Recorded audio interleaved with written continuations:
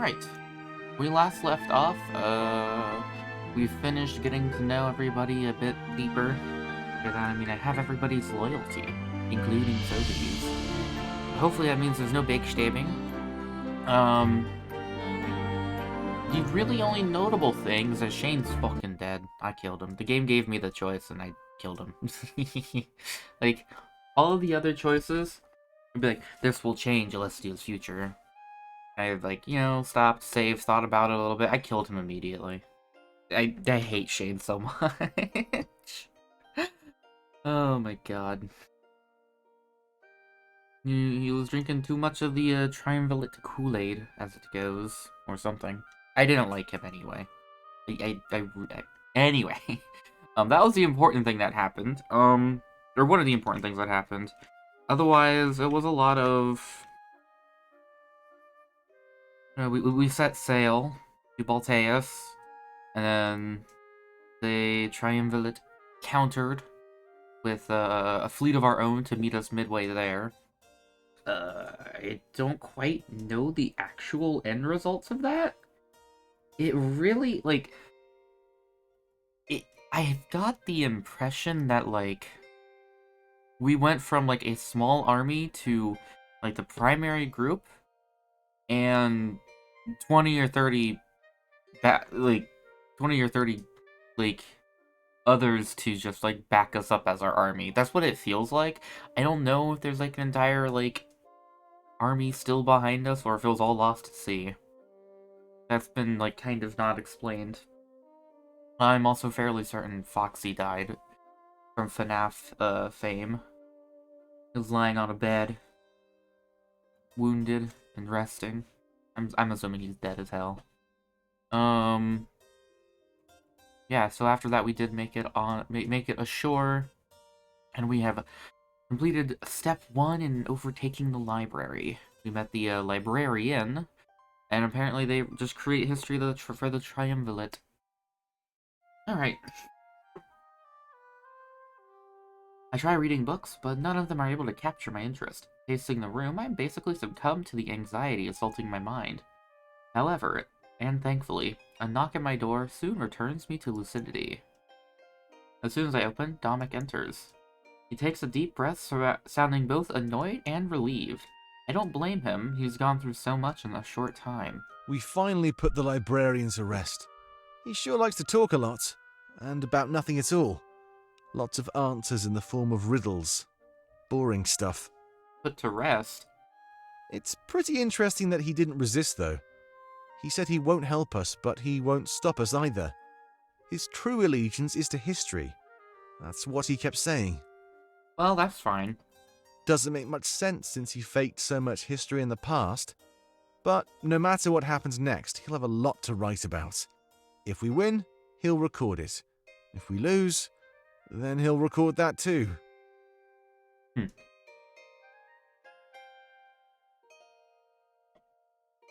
I guess he didn't necessarily say accurately recording history, but just keeping it all the same.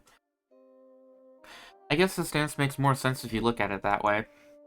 No matter what happens next, somebody would need to write about it. His main condition was that we don't harm the library. Pretty good terms, especially in exchange for a foothold. We may not have won yet, but we've seized Baltean soil.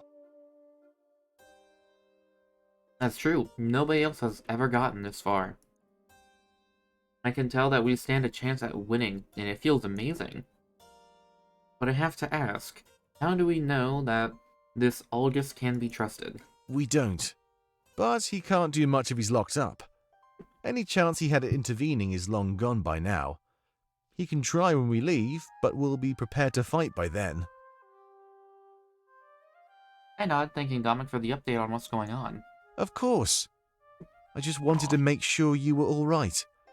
It must be hard to sleep right now, given all the weight on your shoulders. The others aren't sleeping either. Maybe you should spend some time with them. Check out. He's right, if I can't sleep, then that's probably the next best idea. But I wonder if our bonds are strong enough to warrant some time together. This could be our last night alive after all. They might be more protective of their time. I guess there was no harm in checking. I see him out of my room with a new goal in mind. Turning back to face the vast emptiness of this private room, I wonder who I could invite over. It's gonna be really awkward when I invite him back. This would be a great night to make some final memories, just in case the worst came to pass. You can spend final one-on-one time with every loyal comrade. Click the arrow in the top right corner when you're ready to proceed with the story. Note that doing so will begin the final battle and lead to the ending of the game. Oh boy. The final hearts to hearts. Come, open your heart. Oh, I get to kill Shane again. Yo, do we get to bed the bun?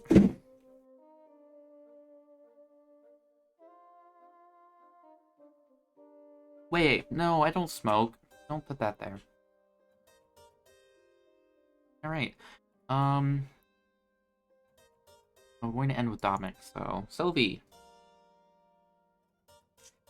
There's a knock at my door, more urgent sounding than I anticipated. It couldn't possibly be time to launch the attack, it must be something else. As soon as I opened it, Sylvie steps into the room, a look of anxiety on his face. Sorry, I just needed to get away from that atrium monarch. Everybody keeps telling me what to do, and it's getting on my nerves. I have no problem helping out your cause, but it's my choice to do so. I followed enough orders while I was under the Triumvirate's control. Joining you and your army, I thought I'd finally be a free man. I mean, I guess I am. Ignore me. I'm just complaining. It's okay. He shrugs and starts wandering around the room. I tell him that it's okay, he shouldn't have to follow orders here. I give him free rein to do whatever he sees as most useful. You know, that's why I like you. You're the only person who lets me do what I want. Everybody else keeps me at arm's length, commanding me. Oh, at least they're not condemning you. After all I've been through, I think I want to be the commander. I always thought I've been meant for more than what I was given. When I met you, and you accepted my offer, I knew I was right. At first, I only planned to help you until we took down Halen. But we've grown so close, and your comrades are so accepting. I've never felt such a sense of belonging. Aww. A sense, perhaps, of family. With a smile, he takes a book from the shelf and opens it up. You know, I've been reading about the monarchy. They seem to be more similar to the Triumvirate than we thought. The Triumvirate demands perfection. The monarchy sought the perfect future. And it seems like neither group cared about what costs they paid. But it's impossible to pinpoint the moment the monarchy was imprisoned. Many of these books are dated with a system I'm unable to decipher. So how advanced was the monarchy when the Triumvirate took action? Were they silencing a real threat? Or perhaps a potential threat? One is more acceptable than the other, but neither are just. I find myself wondering what would happen if someone opposed the monarchy.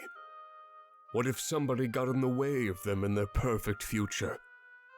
Would they be killed, just like enemies of the Triumvirate? From what it sounded like all of the people were all on the same page, so that wasn't an issue. And furthermore, how did they possess foresight to begin with? That's also a good You question. inherited it from them. But where did they get it from?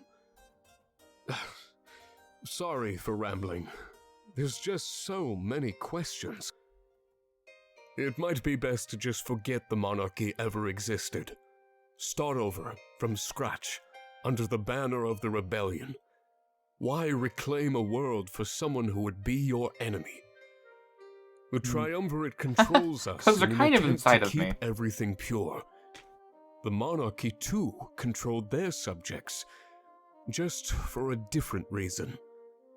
We want to live free, right? Free to do what we want and live. I nod. Why settle for the lesser of two evils? Forget the triumvirate. Forget the monarchy. Carve your own path. Follow none tread by others. I shake my head, unsure of how to react. This world didn't belong to the Triumvirate, but not to us either. We're simply their creation, given free will by the monarchy. It seems to have been a conquest meant to reclaim their world. They may not be alive to see it happen, but we should rule it like they did. I have the blade too, and I was from Valonorth. I always look toward the future. All those things considered, I was uniquely qualified to rule in their stead. I couldn't just use everything they gave me and then throw away their ideals. You don't understand.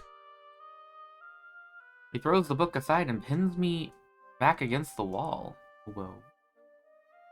I stand strong, meeting his gaze, almost as if issuing a direct challenge. His grip is strong, and I can tell he's really passionate about this subject. If you let them control your actions, then you'll never truly be free.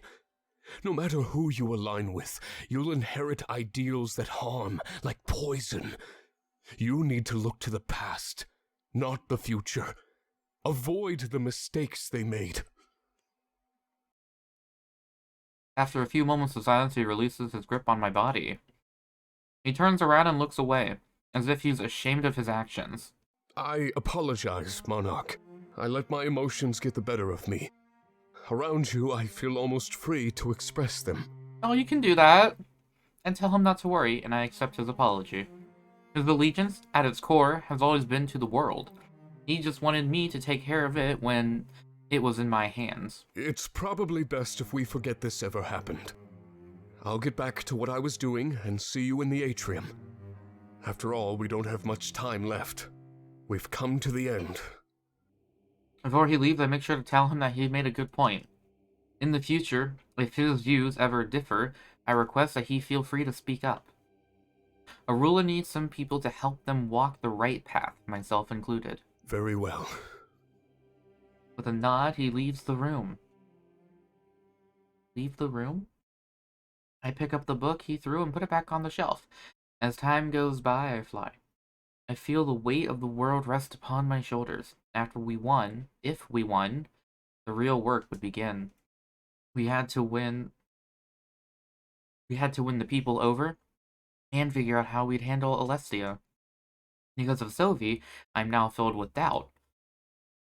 Was there any right way to rule the world? I don't know. I really don't. All we can do is avoid mistakes of the past. But that only paves the way for us to make new mistakes. All I could do was hope that these new mistakes didn't harm the world. I meant well, but at the end of the day, that doesn't really count for much. The Triumvirate, the monarchy, both went well, and look what happened. Wait, did I read that wrong? Both meant well? No, went well, okay. Right. Your next howl. Yeesh. I'm browsing random books and hear a knock at my door. It's Howl! I let him in and ask him how things are going. I don't know why I asked. It's clear what the answer was. They all worry. They fear that death will come for them. An understandable fear, however. This is the end of our journey. We will face more danger than ever before as we move forward. Algus, however, isn't making things any easier. He plants seeds of doubt in many of our soldiers, Monarch. Words are a writer's greatest weapon. A gag would be effective. It's unclear if this is a joke, but it gets a smile from me regardless. What? Wait, does my character actually have their mind in the gutter now? He says that we are the true enemy, the monarchy. He says that if you knew the truth of our people, you would run. You would no longer fight for us, as we endangered innocent worlds. This was confusing. Worlds? Like, the whole worlds bit coming in really is making me think of Dragalia Lost, because, which, I mean, I know that game wrapped up long before this came out. or long after this game came out. But basically, like, the whole conclusion was like, where did it start? Basically, some godlike deities were like, yo, we've seen this cycle over and over and over again where, like, humans don't get along with dragons and the world goes to shit, and we just hit the reset button on it so many times. We've done this over and over and over and over and over again. And then, like, it was basically like the creators of the world have been like, they just got depressed with it. And like, man, humans suck. Humans and dragons suck. They can't get along. The world just keeps ending in shit, and it just breaks my heart every time. And so then they decided to hit the reset button on it. So when it's like multiple worlds, I feel like there's like, I guess I'm thinking it's on like in terms of like parallel worlds where shit just keeps going wrong, and the Triumvirate just finally got fed up, and now they're directly interfering. At least that's kind of what I'm thinking. Either that, or there's like, we've got Tales of Symphonia level world things where we are attached to like other worlds, and choices that affect one world will affect the others, and what they were doing was like killing them quicker or something. I'm assuming he's saying like in terms of parallel worlds. It is not true, however. His mind has been twisted beyond repair. But many soldiers are starting to doubt. What if he is telling the truth? Could they save their lives by switching sides in the final moments? That is unacceptable. We can't afford any turncoats. The monarchy made mistakes, as any group of people do. Like Dominic said, mistakes are how we learn and grow. Bad choices, while bad, are our right as people to make. I've heard that before. They cast us aside in a prison, taking away our ability to choose. And in doing so, they took away our ability to live in freedom. No matter our crimes, this punishment is far too severe. I agree, and I could never turn against the monarchy. Never be turned against the monarchy. The Triumvirate imprisoned them because they endangered worlds. A hypocritical thing to say, as they hurt Alessia all the very same. But, we must say, it was a battle that we lost fair and square. We were so focused on our own future that we lost sight of everyone else's. It doesn't surprise us that our perfect future came at the expense of others. Ah. If it leads to happiness in the end, how can you decide what cost is too high? This is the line that all tyrants seem to walk in the early days of their rule. Many have fallen to the wrong side, Monarch. We trust that you will not. I nod. I don't see myself stooping to the level of the enemy anytime soon. We know that Dominic wishes to gift all this knowledge to the people. These books capture almost the entire history of the monarchy. This may not be a good idea. They may read of our mistakes. But those are what we need to learn from, my man. And those mistakes may just inspire future insurrections. We think it may be best to destroy the monarchy entirely. Burn these books. My man, and I'm not remove burning the books. spirits from this body.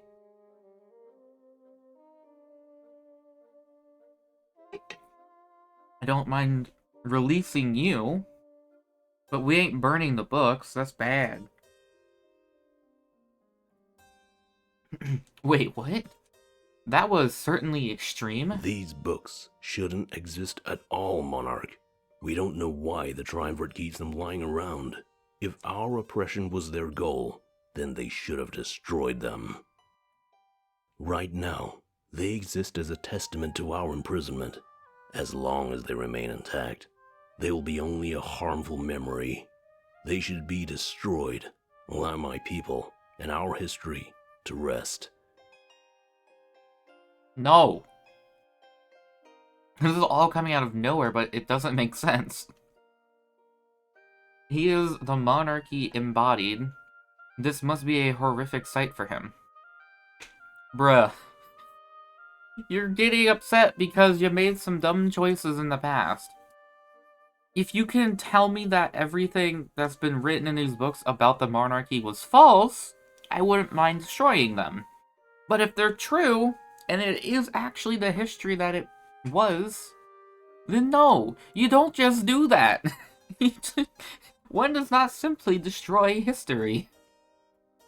His entire culture stolen, imprisoned, just like him and his people. This is why we ask that you look toward the future, Monarch. Do not concern yourself with who we were, or what we were like. Order this library to be destroyed. Live life on your own terms.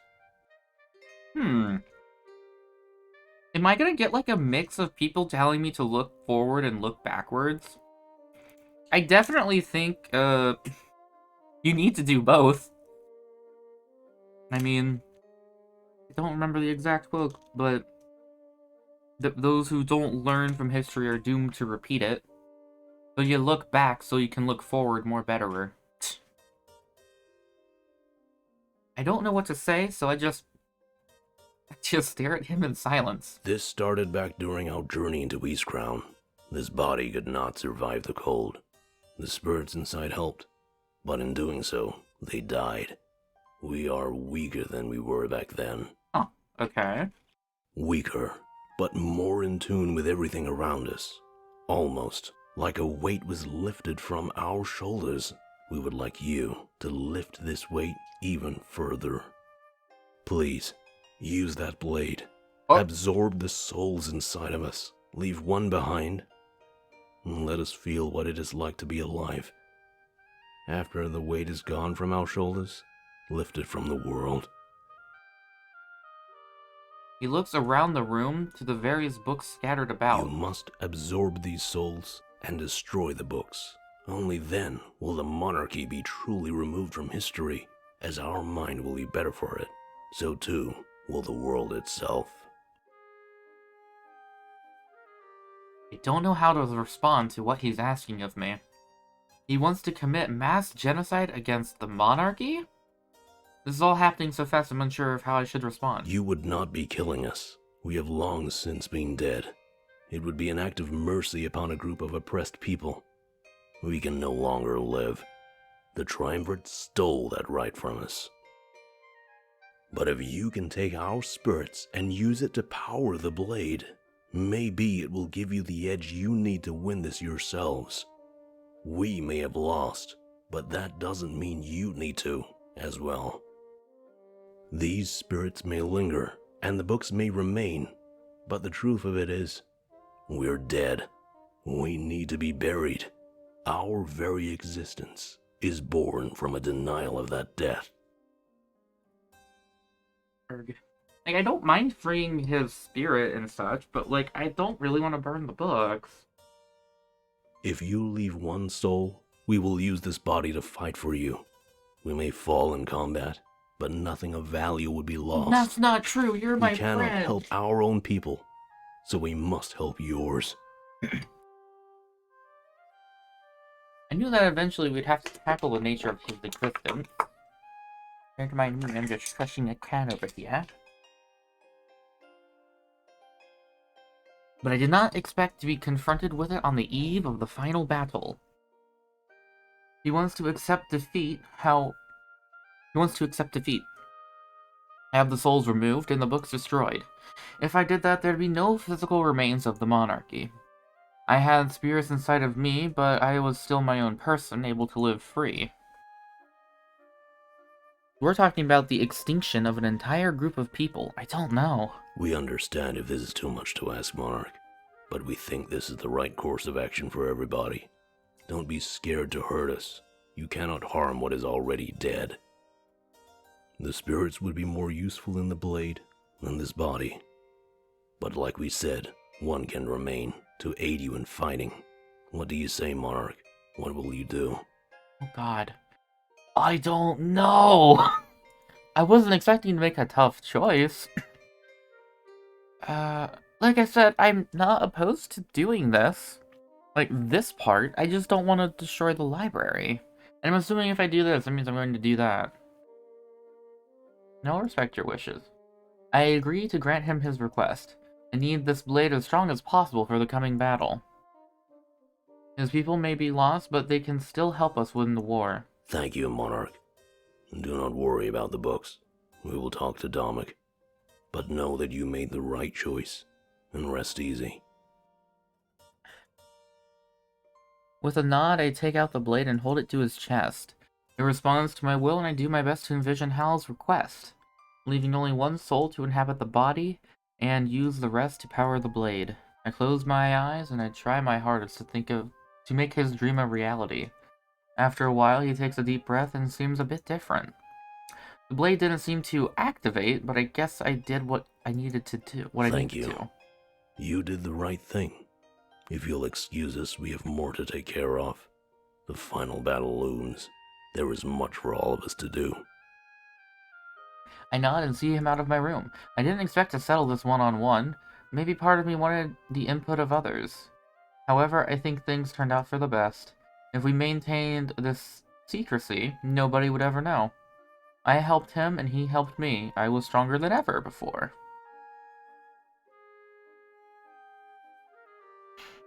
Alright, Ulrich. I'm lost in thought, and a knock at my door jolts me awake. Without hesitation, I open it up, and Ulrich steps inside. He seems calm. He's seen a ton of battles in his lifetime. Hey, Monarch. I just wanted to come see you. We won't be getting much sleep tonight after all.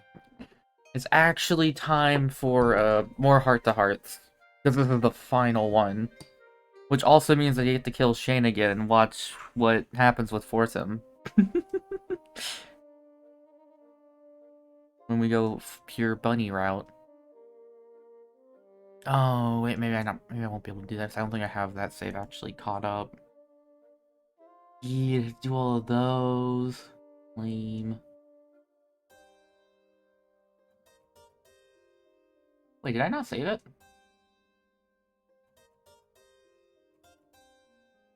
Huh, I guess I didn't save it. Whoopsie. I'll just skip through it again. Yeah, maybe for another day then. Oh wait, no, I can just skip through everything. Because skipping is fast. Okay.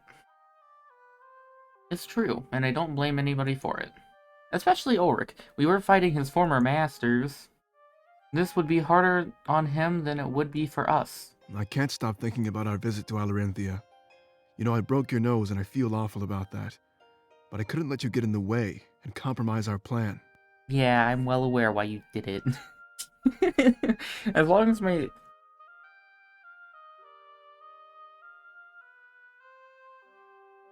Wait. You didn't break my nose. Wait, how do you...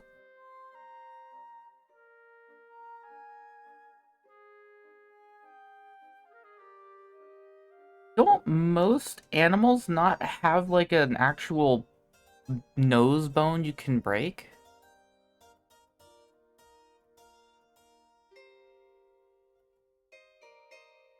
I just gonna assume he mangled my snoot.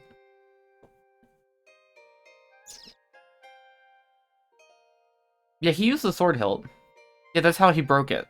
Like, that's what he used to break it. He went smash, smash, smash, smash into my nose. So he did, like, some serious damage. It needed to come down to just Pro and myself. It was the only way that we could guarantee our victory. I guess I came here seeking forgiveness. I feel foolish, though. I broke your nose, you're not gonna forgive me. What? Yeah, I guess so. But is that breaking your nose or face at that point? When does your nose become your face? Your forgiveness was implied when you removed that curse from me. I mean, you wouldn't do something like that if you resented me, right? Bruh. But still, having it implied, it's not the same as hearing you say it. This is just kind of silly. I feel like he had an actual, or an alternative reason for coming to visit. Like, out of all the things, you're worried that I'm pissed at you for mashing my face. I'm assuming he's maybe more or less apologizing to having to deceive everybody, but it's not coming across that way. I can tell what he's after, so I tell him that he's forgiven. To be honest, it's the last thing on my mind right now. If it secured us our draconic allies, it was worth it. And that's the thing, though. Forgiveness shouldn't come so easy. When you're on the throne, Punish. you need to learn how to punish. You know, I lied to you. I hurt you. I shouldn't deserve your forgiveness. Let's see. Then why did you come here asking for it? To see what I was going to say, dum-dum. I tell him that he deserves forgiveness because he meant no ill will. He did what he did out of necessity to help further our cause and win. I guess what I'm trying to say is, you're lucky it was just your nose. In that moment, I would have done whatever I deemed necessary, Monarch. And given the opportunity, I would do it again. I would go as far as I needed. Bro, if you're going to kill me, that's a different problem. Do you still think I'm worthy of forgiveness? Who knows what I might have to do during the final battle? The fate of the world is in the balance. I can't hold back. If you see me going fucking ape shit and about to destroy everything, please stop me.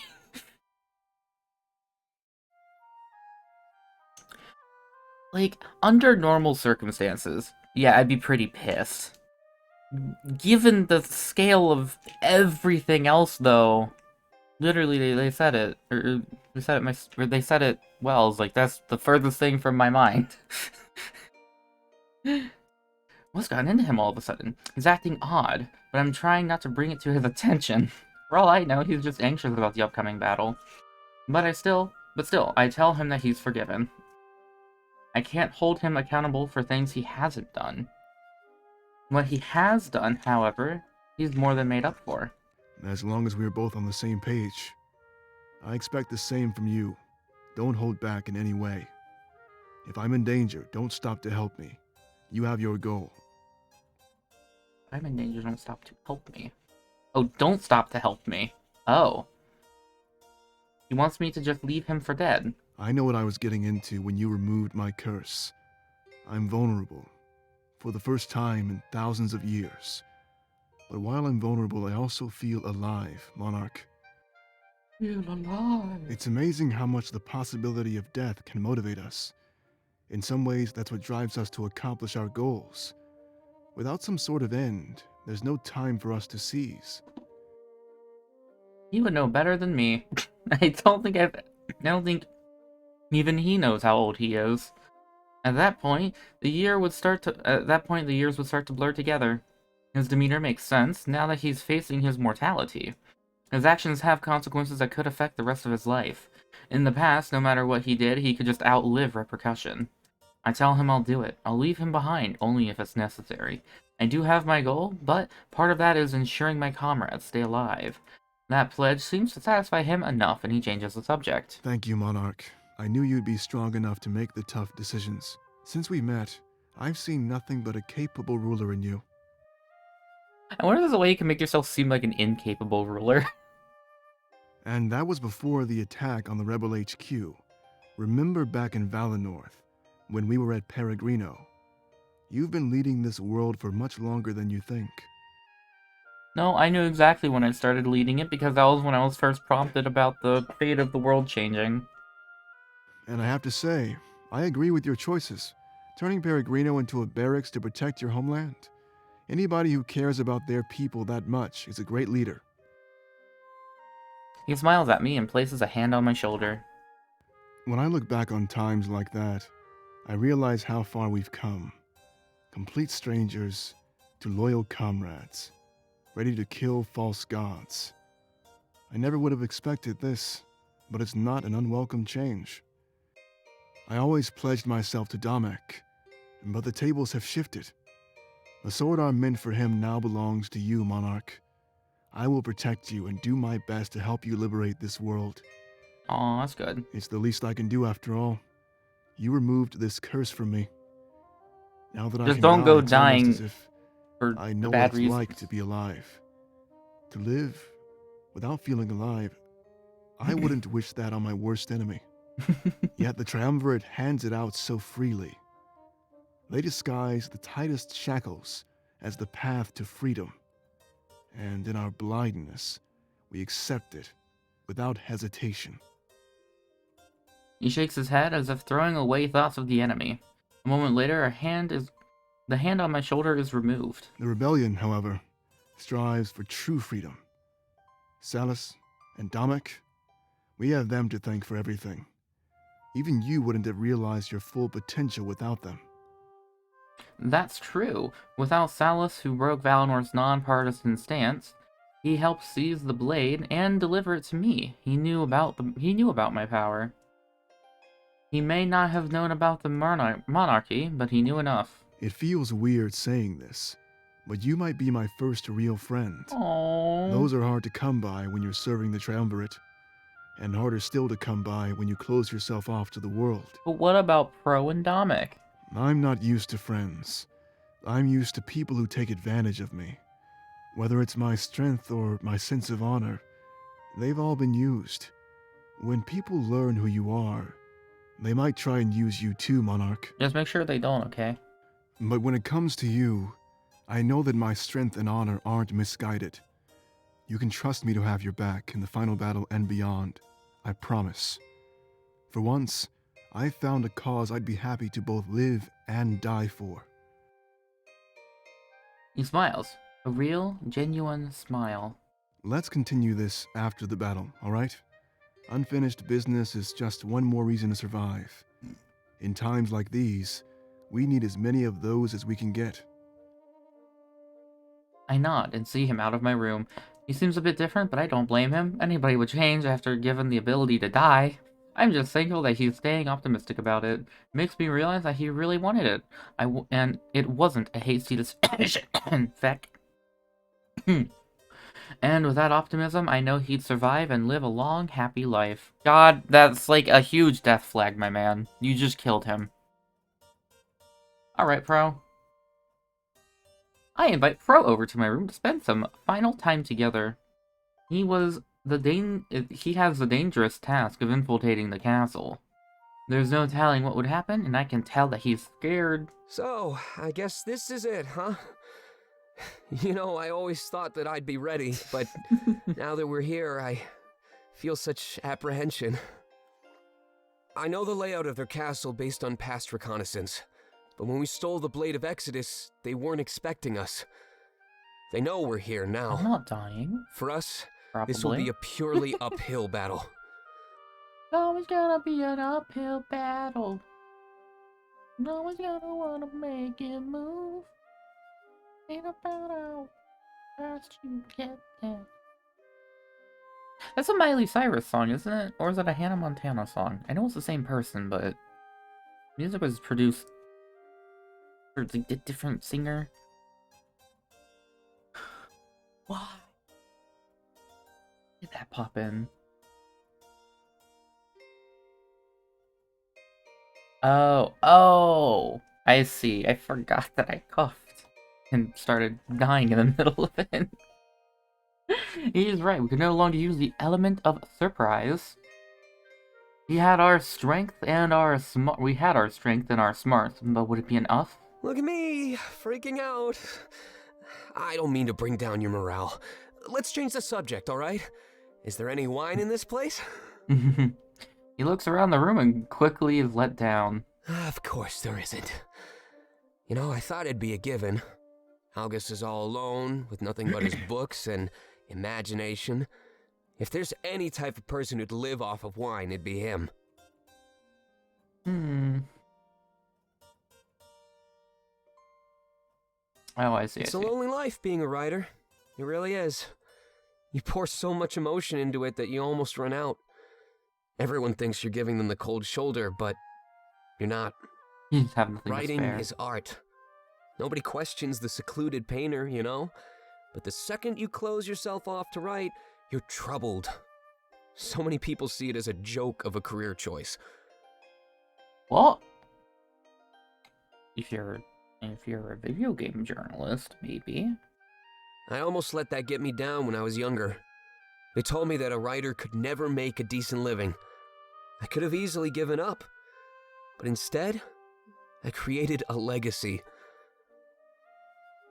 He lets out a loud sigh, That's what scares me. and he ate a bee. Even when I give up the swindling life, that won't be Oh enough. god. Everyone will remember me for who I was, not who I am. Oh, poor guy. He ate another bee and is going to be a swindler for the rest of his life. I wouldn't wish that on, like, anybody. And let's be honest, I'm not one of the good guys. I stole secrets, sold them, and ruined people's lives. Look what I did to the rebellion. That's unforgivable. Oh yeah. He looks away from me and shakes his head. I think I might die during the attack, Monarch. There's no place for me in your Whoa. new peaceful world. Even if I change, the harm I did will always haunt me. You can't go doing the Sudoku. He turns away and I see him trembling trembling a little in fright. I want to help you make this world a better place, Monarch. But you don't understand how many people I've wronged in the past. If they seek revenge, they might just target you and all of my friends. That's going to be an uphill battle for them. That's just not smart. And I don't want anybody to get hurt because I was a bad person. I could turn a new leaf, sure, but that doesn't mean my enemies will. If I stay by your side, you and all of our friends will always be targets. I put a hand on his shoulder and help him turn around. So what if his enemies try and give us hell? We could handle it. If the rulers of the world can't take us down, how could anyone else? You're right. You don't seem happy about that.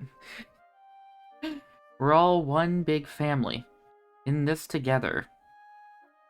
I'm going to paraphrase that. We're all in this together. Until the end. I just fear that the end is closer than we think. I don't know what I'd do if I lost any of you during the final battle. I lost my family once. How can I expect to handle that again? I tell him not to worry and that everything would be fine. How do you know that? You can't know that. We have a solid battle plan. I have the blade. There wasn't anything we could do to stand a better chance at winning. I guess that's true. Sorry. I was just freaking out. That seems to be a running theme out there in the atrium. It's impossible to look death in the face and have no regrets. Puss in Boots learned how to do that. But if you want me to help you rule after this war, I will. Anything you need, I'll always be there to serve you, Monarch. Hopefully, I can earn a pardon for all the laws I've broken in the past. That would be easy. He's already done a lot to help us. He was responsible for our Alorinthian alliance, hands down. He's done his best to atone, and in my opinion, he succeeded. So I pardon him right here and now. On the dawn of our final battle, he'd become a new man. No longer a swindler, but a trusted servant of the new monarchy. Monarch? He looks shocked, almost in disbelief, but rather than question it, he nods, smiling. Thank you. I send him off not before telling him one important fact. An enemy of him is an enemy of the monarchy, and will be dealt with. He thanks me yet again, and leaves with a resolve stronger than ever before. Nice. Right, getting up onto our last two. What do you got? What's on your mind, Valessa? I invite Valessa to my room since she seems unable to get sleep. That seems to be the case with almost everybody. We're all too worried to sleep. She scans the room, taking in all the sights. It really was an impressive place to behold. This room is pretty cool, Monarch. Makes sense that you'd get it too. Must feel good, being royalty and all. Oh yeah. I'm pretty confident. After hearing Domic's plan, I get to follow you to the castle too, so that makes me happy. You can trust me to have your back if anything bad happens. Let's hope it doesn't come to that. I've been practicing with those daggers I got from Mazeo, actually. Oh yeah. They took some getting used to, but I think I can hold my own. Not that those suits of armor require much to take down. That's true, they were pretty weak. The triumvirate focused on quantity, not quality. Hopefully that would be their downfall as we proceeded. To be honest, I'm really scared that we might not survive. I mean, victory usually What's comes the at a cost? cost, but what will we pay? If I make it out of this without my friends, I'll just feel so hollow. I want to help fix Mazeo, but I don't want to do it alone. It's up to us to help undo the damage inflicted by our parents. With you on this throne, I think we could do it pretty easily. She seems really fixated on helping Mazeo, almost obligated even. It makes sense since she feels that our families are responsible for a lot. When I took the throne, I'm sure I'd be able to help her out. It's a good cause. I really need to stop thinking so far ahead. This is the eve of our final battle. I should focus on that. Getting lost in thought on the It battlefield is indeed a might be flap. the death of me. How you doing, Tack? So, let's just enjoy this moment, shall we? This might be the last time we're able to hang out. I hate to tarnish it by freaking out and tarnish. acting stupid. What are you up to? How have you been? My favorite TT. We already talked to Hal. Here. Self-voicing enabled. I tell her that it's fine, I enjoy her company regardless. Besides, I'm sharing a lot of the same worry. We're in this together. When we met up to launch the attack, we'd have no idea what came next. Well, Self-voicing at least disabled. I don't feel so alone anymore. Poor Tim is always so carefree, no matter what happens. Talking to him, you'd never guess that we could all die here. Before I stop being so gloomy, can you promise me one thing? It'll make me feel a lot better, and morale is what we need right now. I nod, but it's really dependent on what the favor entails. If I do end up dying out there, can you help repair Mazeo? I just want to see a happy nation. It's gone through so much. Our parents heard it, so we should be the ones who mend it. I nod, that's definitely something I can do for her. That is, if I survived. But I don't display such doubt right now. It is best that I try to look strong and resolute for all of my allies. Good. Then we can move on to better things. You know, I've been thinking about how far we've come.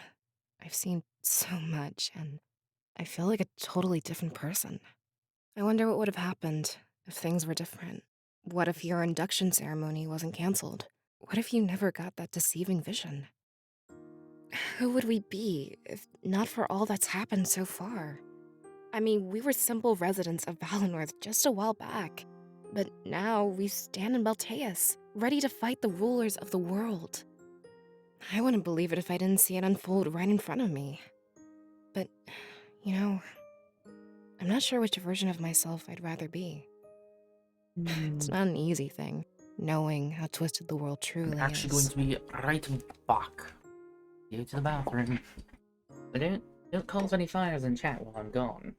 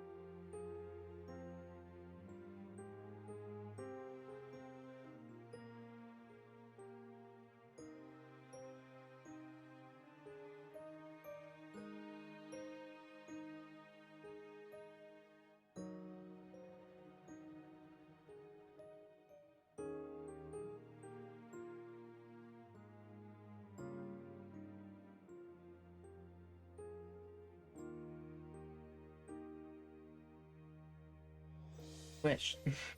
Alright, good. Cat is not on fire. You guys are responsible. We'll remember that. Alright, sorry about that. Back to game. That's a tough call. I don't know which version of myself I'd rather be either. It makes me think back on where I started and where I am right now. Putting the whole journey into perspective, I realize how I've changed. Obviously, we can't go back and change anything, but it's just weird to think yeah. about. And it was all out of our control. Let's hope that after this, we can take things in the direction we want. I just remembered we started this game in a dress because that was an option. The people will be free That to didn't live last as very they long. please. They'll never have to lose their homes or comply with tyrants. If that's the end goal here, then I'd say our changing was worth it. Thinking of it that way, I agree. I am glad we haven't changed too much. With how gray things can get during a war, some people commit atrocities. I would, to my best, I could, to my best, I should, to my best, to be, what? I'd, to my best, to be a just ruler. Ah, that's supposed to be do. I would do my best to be a just ruler, even if I wouldn't be able to please everybody. Thank you so much for Just inviting keep me over, stroking Monarch. on. I feel a lot better than I did just a few minutes ago.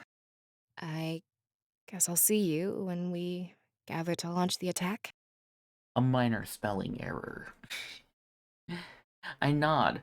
That time was fast approaching. I see her out of my room and let out a huge sigh. Talking to my friends for maybe the last time, it's crushing me. But if I didn't, and they perished, I'd regret it forever. And that's the excuse I give myself for enduring this pain. Trying to face the big open room, I wonder what's next. Fortum is next. A knock sounds at my door, and I open it without hesitation. Fortum is there. He looks a bit upset, so I invite him inside. Looking around the room, he lets out a loud and anxious sigh. I'm gonna be honest, Monarch. I'm scared. Terrified. I don't know what's gonna happen. Sad I one. mean, climbing the Triumvirate's castle? That's insane. Not to mention that the entire battle hinges on my success. I have those metallic claws, but I don't know how much that'll help. Their castle is probably made of stone, like this library is. He starts pacing around the room with extreme worry. What if I fall? What if I get shot by an arrow? That's probably your If biggest anything concern. gets in the way, I might not be able to do this. I require extreme focus, you know. This is too much. No, you can do it. I can imagine that climbing during a battle is hard. Normally, the only danger he'd have to worry about is falling off. But during this, he'd be a huge target for any archers nearby. Sorry to come here in panic like this. It could end up being our last... Beck. Finger, stop. Sorry to League come of here in Legends panic thing. like this. It could end up being our last night together after all. There are probably way better ways to spend it than this. He stops pacing around and stops right in front of me. Taking slow breaths, I can tell he's trying to calm down. I let him have his time, and he's back to normal pretty fast. Okay, 14. You got this. You're gonna climb that tower and ring the bell of retreat. You'll help win the battle and return to Valinor as a hero. Trust me, I never forgot that you appointed me as the Elder. I'll do my best to lead Valinor in the right direction, I promise. But if I don't make it, you'll have to find someone else to lead. Vertical running. I know you're gonna tell me not to worry. I know you're going to say that everything will be fine. But that's not true. We all need to be realistic here. There's a chance that we could lose this war tomorrow. There's a chance that all of us could die. A really big chance. We're not immortal. We need to face the facts, Mirror's Edge, not buddy. live in denial. Benyoy. They're all out here in the atrium with so much confidence. But I know that deep down inside, they're scared too. We all have something we're afraid of, you know? I hate spiders. He steps forward and gives me a quick hug. Returning, I squeeze him before the hug is broken. You know, It's not death that scares me, Monarch. It's the thought of never seeing my friends again that hurts me. I don't want to lose anybody.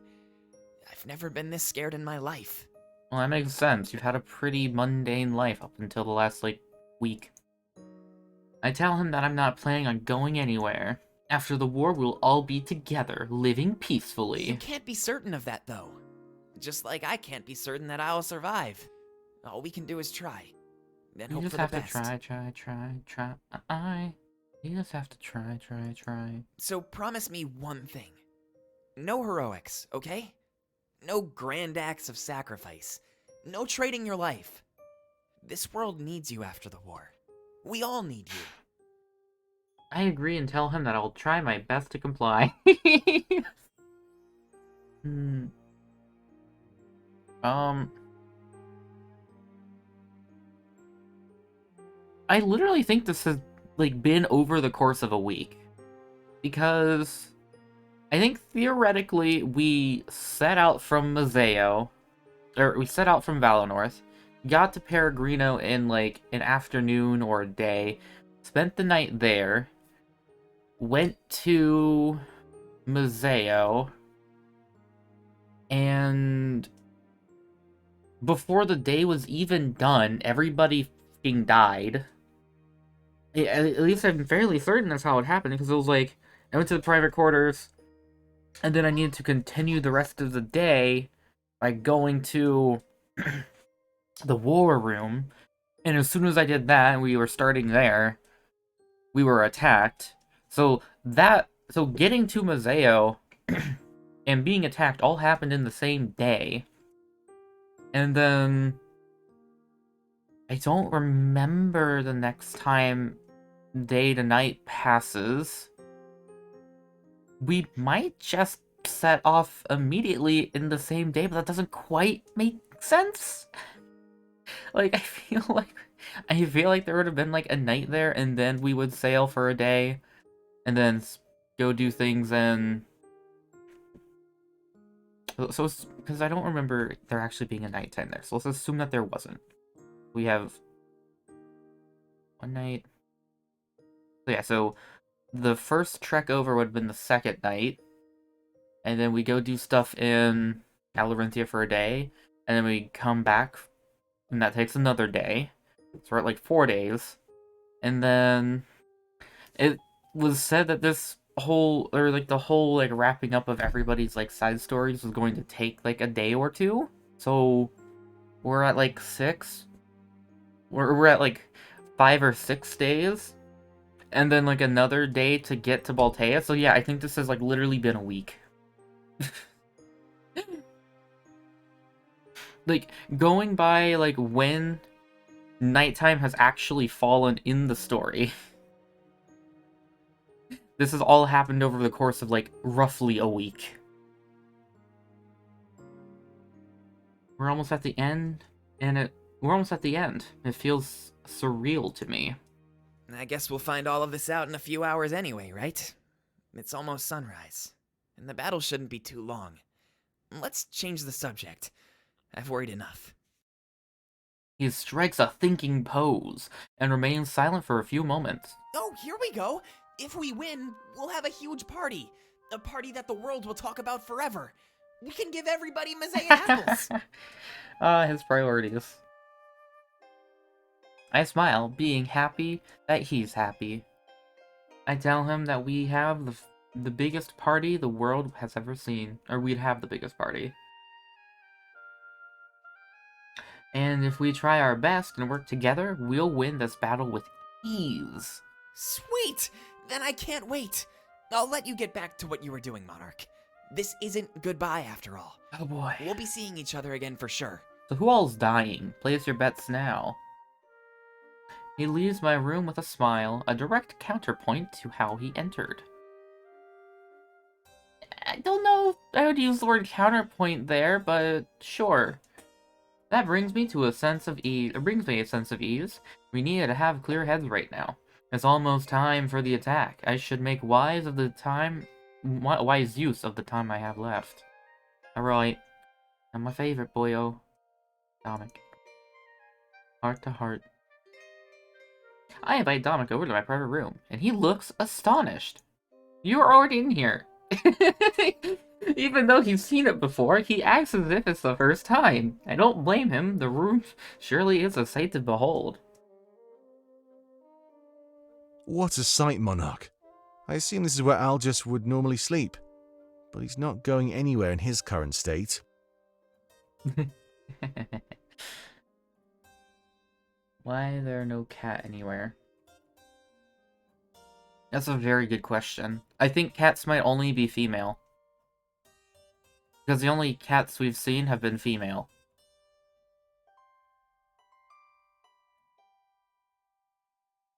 Yeah, it is very candid, very canine focused, I'll give it that. We have one bunny. And everybody else is some form of canine. Even though the little chibis in the bottom don't look like it, they all look like cats.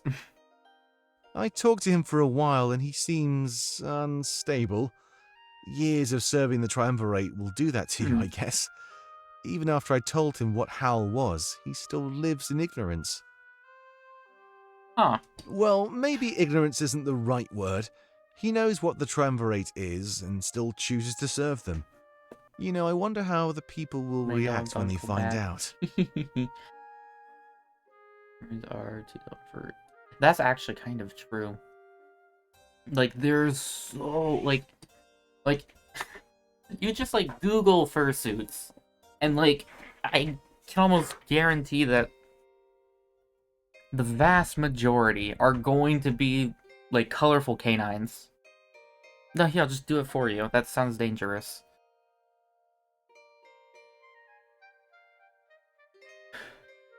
I mean, it's not like I'm looking up mersuits. That might be knowledge you don't care to know or care to have, Tack, but I now cursed you with it. Fursuit. Either that, or I'm just going to get, like, fur coats. Let's see.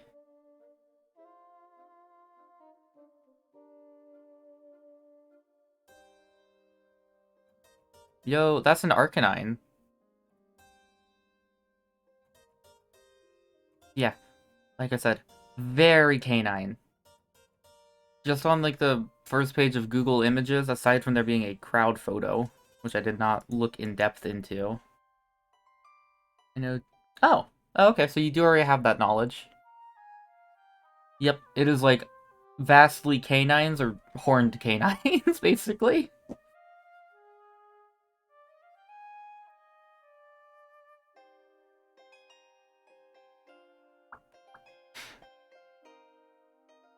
Algus knows and chose not to rebel or fight back. Maybe our victory here will be just the start of another battle. Not literally, of course, but we'll fight to show everyone the truth. He shifts, almost like he's feeling a bit uncomfortable. I have to ask you something, though. If the people don't respect your rule, what will you do? Will you work hard to earn it? Or will you demand it through fear? I'd earn it the right way. Good. That's what I like to hear. We can't resort to methods used by our enemy. If we did that, then nothing would change in the end. But what about, like, non-canine furries, Tack? Are they okay? Do they get a pass? Just don't go down in history as a pushover. Even the best ruler needs to put their foot down, you know. Trying to give everybody what they want would just drive you mad. Yeah, that wouldn't work. He shrugs, realizing it's probably a good idea to change the subject. We need to secure a victory before deciding what we do with it. It's clear that he wants to avoid talking about the upcoming battle. It just makes me wonder who the Triumvirate really is. They aren't gods. I doubt they made the Blade of Exodus. You're talking There's a to one. chance You're talking that to they're just two, like us. actually. Using power to achieve their goals. And they say that power corrupts. You've heard that, right? Yeah, an absolute What power if they were corrupts just like us absolutely. in the past? What'll happen next? Will we just go on to become tyrants that the people despise? I shake my head. We wouldn't stoop so low. Nobody starts their journey at the peak power, Monarch. The Triumvirate wasn't born into this role. They fought for it. Single furry who is It's even likely they took down foes of their own too.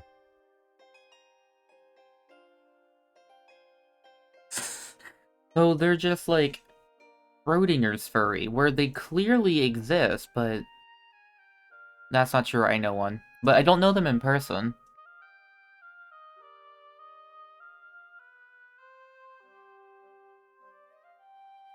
Because Rob is a dragon.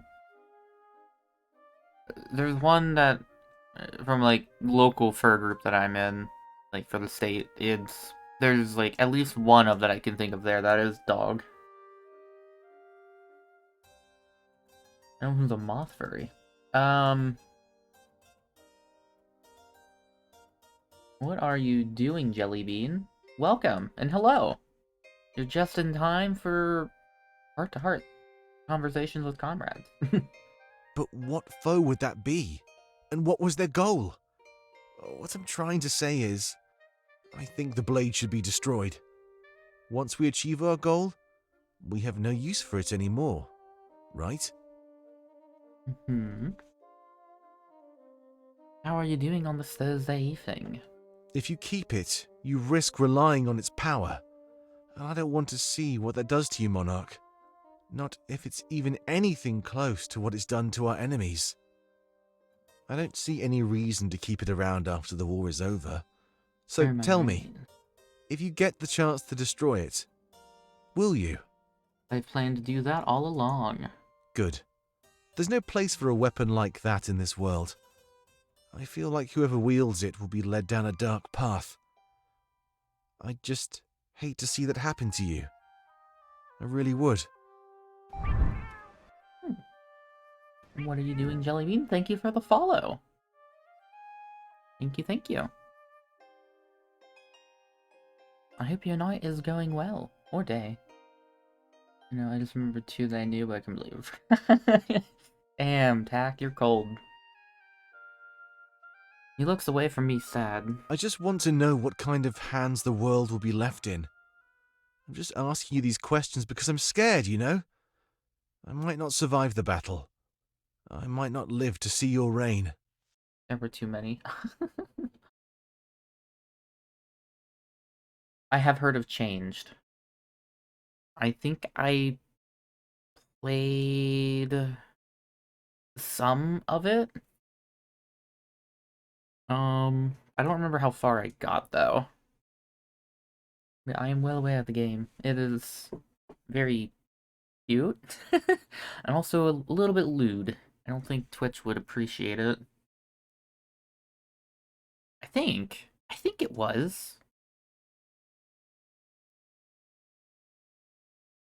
Not much was true. Even my survival wasn't guaranteed. I'd hate to lose each other, after how far we've come. But we're about to fight the Triumvirate, so it's a real possibility.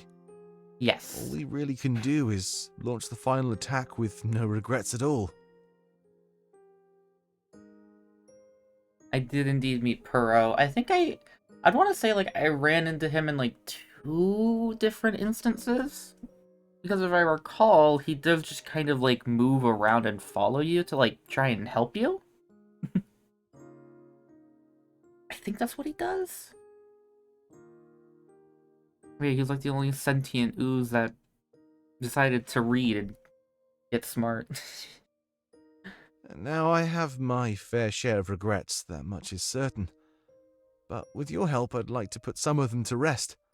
I wanted to do so back in Alarinthia, but I was scared. Back in Alarinthia? What does he mean? You know that I have this fear of physical contact. When I saw everybody on the dance floor, I got jealous. He wants to seemed dance. so easy, so natural for them. Why couldn't I do that? They all look so happy together. It was simply magical, and here I am, scared. I'm denying myself the pleasure of that magic. If I keep doing that, I told myself, I'd die before I got the chance to feel it. No, he wants to dance. But I want to feel it, Monarch. I want it more than anything. Why does the simple thought of it make me shake in fear? What did I do to deserve this? Why can't I be happy like them? Oh my god. Was that a classic disco point? You talking about the following like from Deltarune? I don't know what you're talking about. I've not played Deltarune. I know of its existence, but I'm not sure what you're talking about. I was just talking about how Puro, like, just shows up to, like, help you sometimes. I'd have to play Undertale first, I think. Well, I mean, I guess I wouldn't have to because they're completely unrelated. It just reuses some of the same characters. But I guess it would also maybe feel more appropriate to do that. I tell him that he can. He just needs to be brave enough. There may not be any music here, but I hold out my hands. I ask him if he's willing to try, just once before the end of it all. He looks down at his own hands and I see them tremble. I know he is scared, but I tell him that I'm terrified as well. We could die without ever knowing each other's touch. You're right. I could never live with myself if that happened. I want to know what it feels like, just in case I never get the chance again. So, here we are, back in Alarinthia. That music playing in our ears.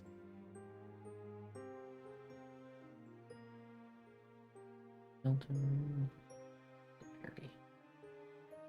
Huh. Creator made a parody of their own game. That's an interesting thought. I smile with a nod. He places his hands in mine. He's shaking and scared. His eyes tear up, but he's smiling. Without saying a word, I pull him close and hold him tight. I let him tame his emotions on his own. It takes a while, but his shaking slowly subsides. He's crying, but I can tell it's not out of fright. We sway from side to side as if we're dancing. Our bodies are in sync with a melody that neither of us can hear. It's a beautiful moment, and it belongs to the two of us, as it will forever. I love you.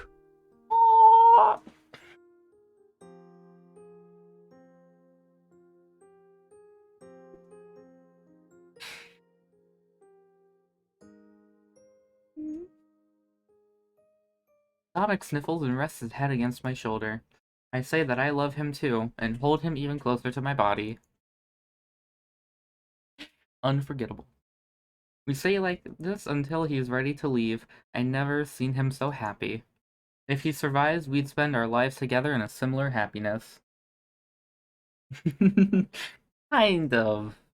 Is I think the creators specifically said it's not a dating sim and it's a visual novel with romance. He did say the thing, and it was really cute, and I'm really happy right now. This is a pledge I make to him as I see him off to prepare for the end.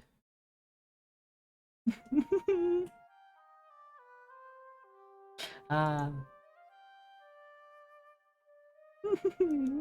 I'm happy. Would you like to end the journey? Time to end the journey.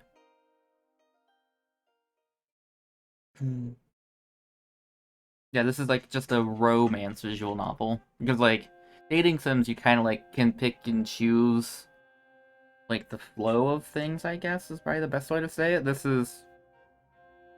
You do side events to get closer to people, while the story's like just going on. If that makes any sense. I descend the stairs of the Grand Library, the crisp Baltean air assaulting me. Playing Sonic.exe and he says, I am God. Oh, man. So I went to a con, actually, a few weeks ago.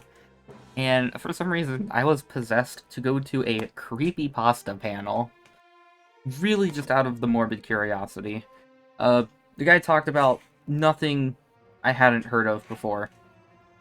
Literally, he covered the Hypno's Lullaby of all things, Sonic.exe, Ben Drowned, there was a Pac-Man one, and then Polybius. That was all he covered.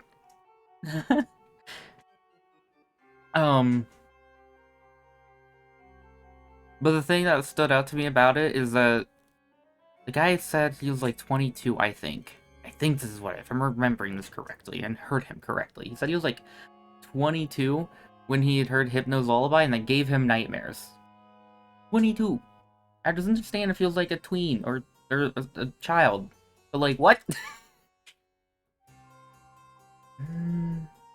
I think I did play Sonic.exe kind of around the height of its existence. Because there's that existed, and then there's also the whole fun is infinite Sega 2020 or whatever. I have not, but I've seen Sonic Ball. That's the game where it's just like... Mitch Moore? That's the game where you're just like... a ball, and you just kind of race, right? Oh, and misses. The tab. Things automatically shuts itself down, opens back up. It's not a virus. Just try it though. Is it a game or just an experience? Also, I don't think I've played a version that, like, opened and closed itself. It really has evolved. No Sonic or Vector. Isn't one of them just a cube? And, like, impossible to win with? And Eggman's, like, actually an egg? That's metal. Oh. Oh, that's what you meant by unless he plays one of them. Yeah, I'm guessing I just played, like, a much earlier version of Sonic.exe then. Because it was just literally, like, what you saw in the YouTube video, where it's just like, you click start, oh, Sonic flashes black eyes and blood, and... or black sclera. Red eyes, black sclera, and blood everywhere. Oh, now you're Tails, now you're Eggman, now you're Knuckles, oh, you're all dead. That was the version I played. I dare you to play. Donnie.exe, I'm assuming? Wait. Play every Donniex game Markiplier has played. Or Donnie EXE game Markiplier has played. I wouldn't know where to start with that. I can't imagine they're very scary. .exe is not inherently scary. But it is definitely an idea to keep in mind, so I may just do that. Let's see. I shiver and stand in disbelief at how uninviting this city seems to be. If this is where I'd sit in if this is where I'd sit in the throne, we'd need to change a lot. I don't know how you're going to fix that. Looking around the area, it appears that everybody is here. I try to take a head count to make sure that's correct. It was the final attack. We needed all of our might. Very first EX video shows up. Playlist. Wait, is it... Oh, is it not EXE? It's actually EYX? I see Dominic shaking hands with the created seers. Good. They helped us secure the library and survived. They would be a valuable asset in holding the town square. It was nice to see their full potential finally realized. Using their visions, they outsmarted an entire horde of enemies. Not that they are that hard to fight, you've already established this. It was in this exact moment that I knew I made the right choice. You know, if they're also just kind of undead... Well, I guess they're not necessarily undead, they just don't feel pain. Ah, okay, yeah, so I definitely not have played EYX. X? X?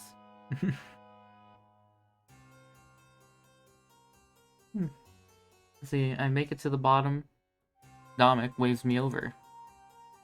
Our forces run around, seemingly taking on an infinite number of tasks.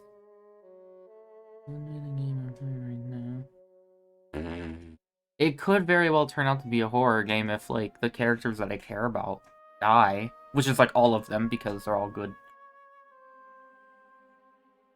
This is an angel with scaly wings. I hope. Ugh, the game made me so sad. I still want to replay it, though, because I'm like 99% sure I played, like, some kind of alpha build of it.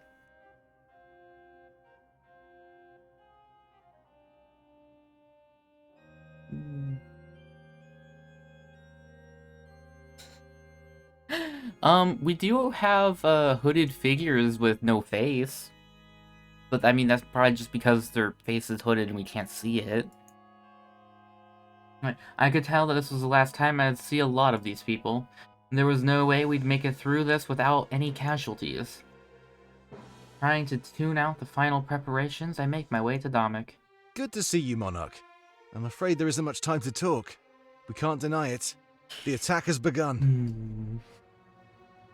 The Honor Guard should realize that we're here momentarily. After that, this area and the town square will be a war zone. Anybody who has an objective elsewhere should be leaving. Just as he says that, Pro walks by. Domik calls out his name and he quickly runs over. That's right, he was tasked with causing a distraction in the castle. Hey, Domik, I was just about to leave.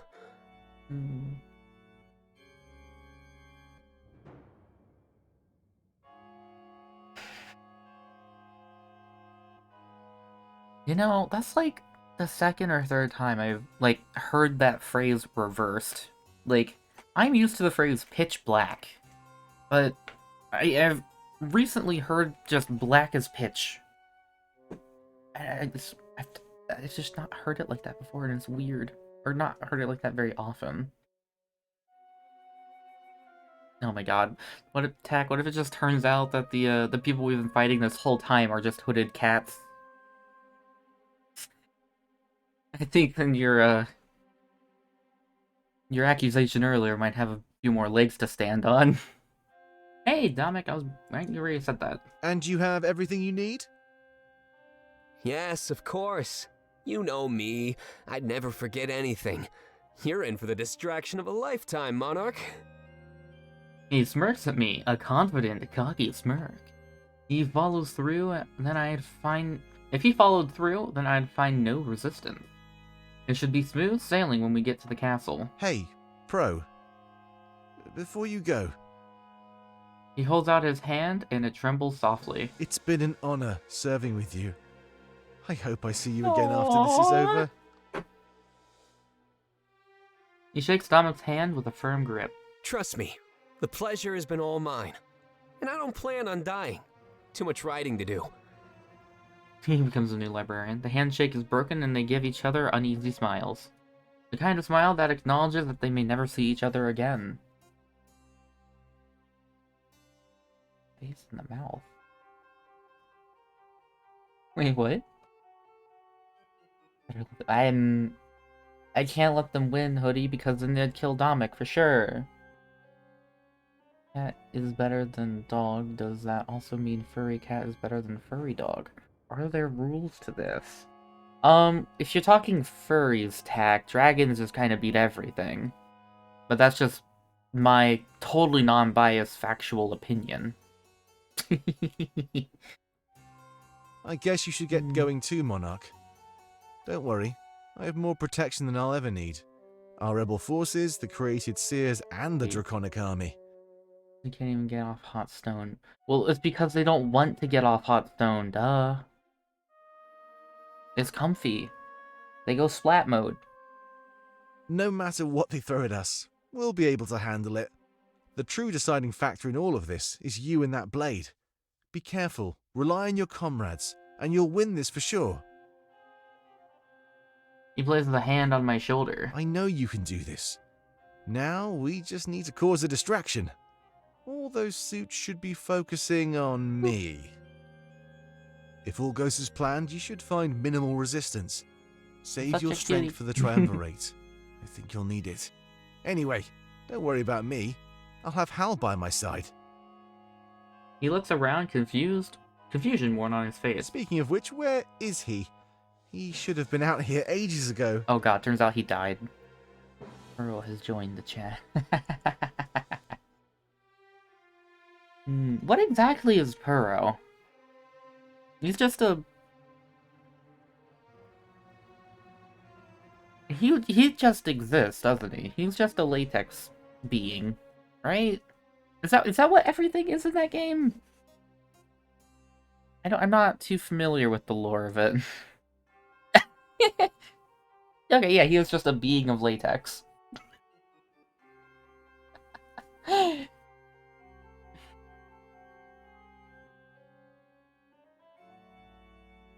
Before I can even respond, I hear a loud cracking noise. Turn to see the source, and the library smashes open. August is shoved through, landing face first on the stone, still tied up.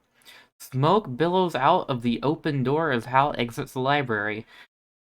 August struggles on the ground, scurrying like some sort of insect. A blaze as bright as the sun itself makes Hal look like a silhouette. Hal, what are you doing? Upon hearing Dominic, he steps forward and grips August by the hair. Raising him to his knees, he looks down in horror at our massive army. It was almost as if, in that moment, he knew he was on the wrong side. We've come here to destroy the Triumvirate and all that they stand for. Don't tell us you're backing down now that the moment is upon us. We all stare in awe as Hal pulls out a dagger, holding it in his free hand. What have I done? The smoke and the bright illumination reveal to us one frightening fact. Hal had torched the inside, burning the books and his culture. No, of course not. I would never give up when we're so close. Come down here, Howell. Explain yourself. I only... It is Mr. Text-to-speech. Hal shakes his head, disobeying Domic's orders.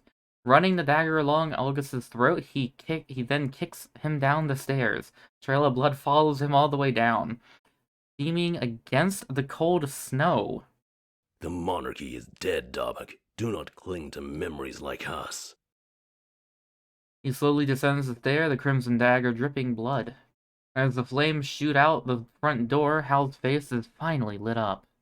It appears devoid of all feeling, even after what he had done. Howell, stand down. If you kill Domic, I'm going to destroy you. Domic immediately draws his sword, holding it towards Hal. Stand down? All we've done is carry out our orders. Kill the Triumvirate and their supporters, correct? As their servant, Algus deserves the same fate. I shouldn't have done this. Self-voicing enabled. Howl, stand down? All we've done is carry out our orders. Kill the Triumvirate, and their supporters, correct? As their servant, Algus deserves the same fate. Correct. Self-voicing disabled.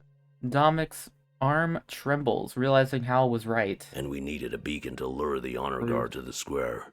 A beacon that no matter how hard they try, they cannot put out. Burning the library made sense. They are not permitted inside. I wonder if this was going to happen regardless. Do not mourn for what has already been lost, Domic. The honor guard will be here in just a few moments. Preparing your army would be a much better action. Hal throws the dagger onto the ground. The battle for Alestia has begun. Oh boy.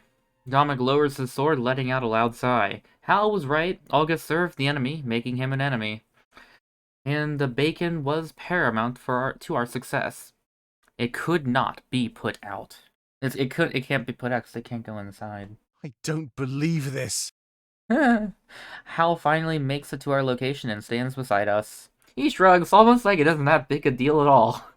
Drastic measures must be taken in order to ensure our victory. The righting of a long-dead culture is a small price to pay. You should be on your way, Monarch. The time is now. I guess all things considered, he is like the last of like that culture in history. So he would like have like the final say as to whether or not it gets like destroyed. He'd be like the most pertinent one to like to have that choice, but I still don't agree. You know what? Maybe Hal Guy's pretty alright. He tried to replace Domic. As a matter of fact, in other timelines he does. He's right. I had to make my way to the castle. If I use the mountain pass, it should find little resistance. Every suit of armor would soon be on their way to the library. Do not forget Sovi, either. He Oh yeah, I was volunteered like, where to was accompany Sophie your going? group. I don't remember. Make use of the knowledge he has on Baltius. I nod. This was happening so fast, but I could waste no time. We knew this was coming. We knew we'd have to take action. I started to walk away, but Dominic calls out to me a moment later. Hey, be careful, okay? I want to see you there when we regroup in the atrium. If all goes as planned, you'll be seeing me there too. I smile and nod. That would have to suffice as a goodbye. I gather up Valessa, Ulrich, Fortem, and Sovi. We head out. If we hurried, we could get through the town square before the suits came. Now I'm just imagining men in black marching through the streets. In our haste, we say almost no words to one another. There was a silent agreement that the task at hand was more important, and knowing that any word could be our last, silence seemed more appropriate. You're the one in love with the blue boy there. You're dork for violence, and violence went out. He's just too cute, okay? Halen knelt before his masters, more eager to serve than he had been before. He looked up at them, awaiting their orders, perhaps their final orders they give. It would be up to him to lead the honor guard and ensure their victory today. Right, Halen. It seems they seek to deceive us. But it's nothing we haven't seen before. It really does make it kind of seem like this is just a time loop. Deception? That seems to be their strength.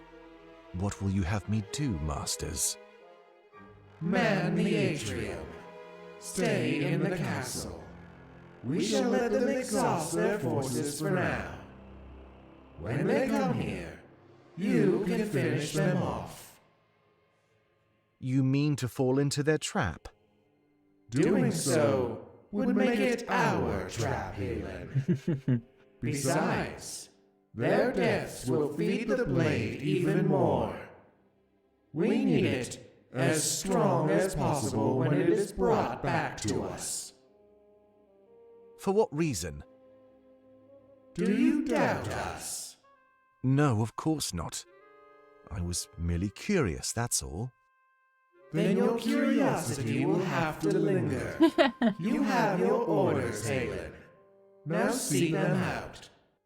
In a few hours, everything should be over for good. Halen wondered, but for what side? Yes, whatever you say. When they arrive in the atrium, consider them dead. I will paint the walls with their blood, or Don't else do that. besmirch them with my own. Don't paint the walls with it. That's just in poor taste. Thank you, Halen. Now be on your way. We will send the honor guard to the town square to weaken them. There is no time to waste. The end of everything is upon us. Without a word, Halen is off on his way. In this moment, he truly became the Grand Inquisitor. Last line of defense between the Triumvirate and a weak insurrection. The end. Or perhaps another new beginning. Steel yourselves, brothers. You know what's coming. They all look at each other and nod. For the first time in ages, doubt fills their chambers. Thankfully, nobody was there to witness such a fault. Huh. What?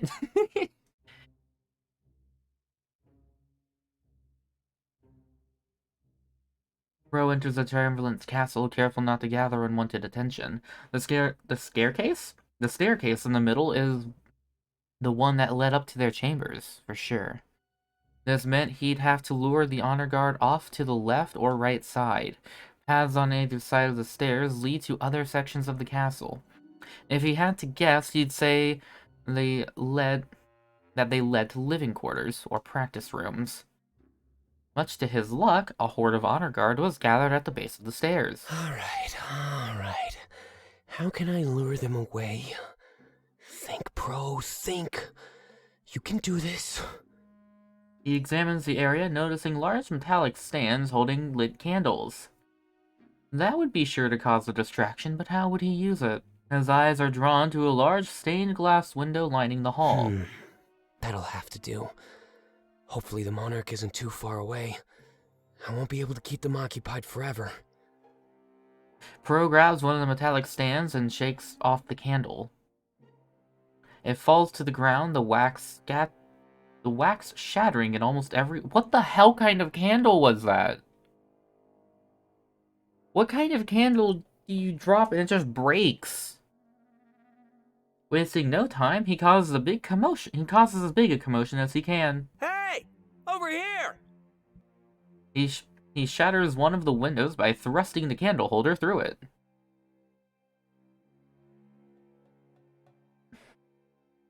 I'm fairly certain he's canine. The honor guard looks over and immediately begins walking toward the pro. With a quick smirk, he laughs at how easily he was able to carry out his goal. Perfect. Now just to make a trail. Come on! Don't let me get away! I'm saying it's looking not like a dog, and more funny. He runs down the hallway, shattering window after window. A trail of broken glass is left behind for the suits to follow after. However, he moves slow on purpose, keeping an eye on the horde.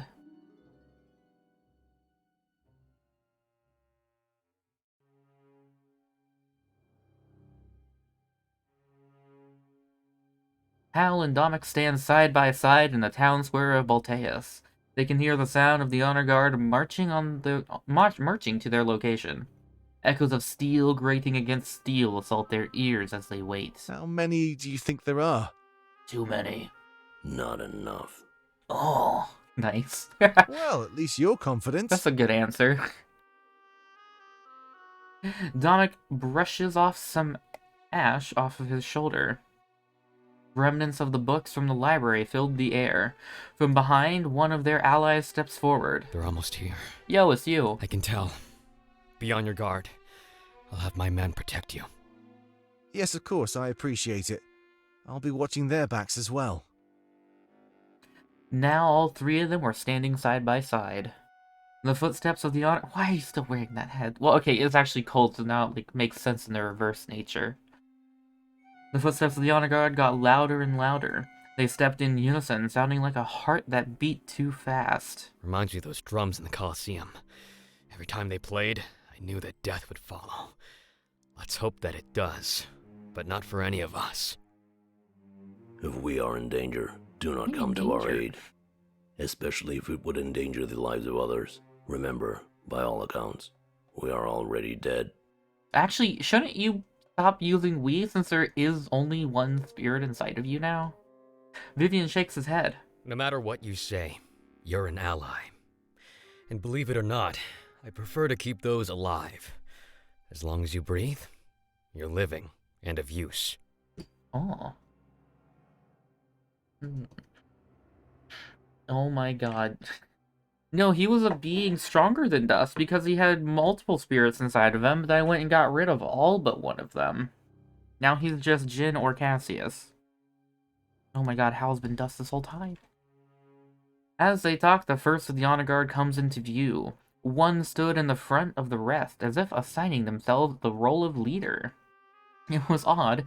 They all thought that such mindless suits had a sense of hierarchy.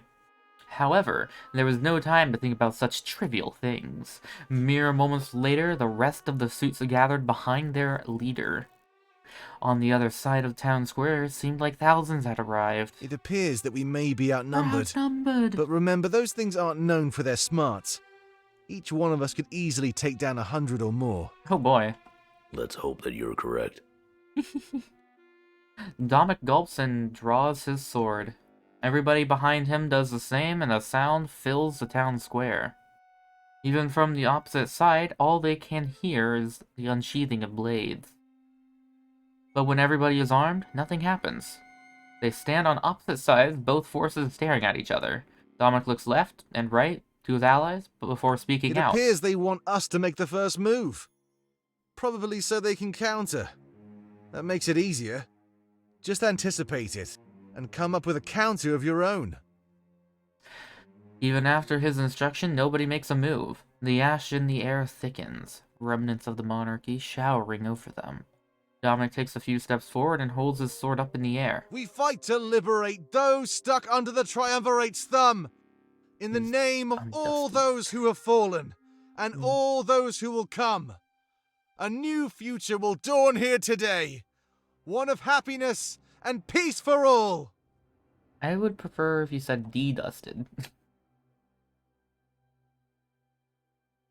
The soldiers cheer, holding their swords up in the air as well. But soon after, they fall back down, resting in a fighting position. Dominic says nothing, simply holding his sword toward the enemy.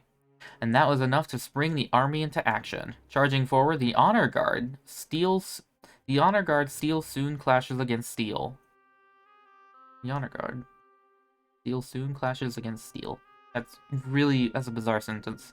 Screams fill the town square as both sides meet and clash in the middle. Dominic and Hal remain behind everybody, watching the initial charge.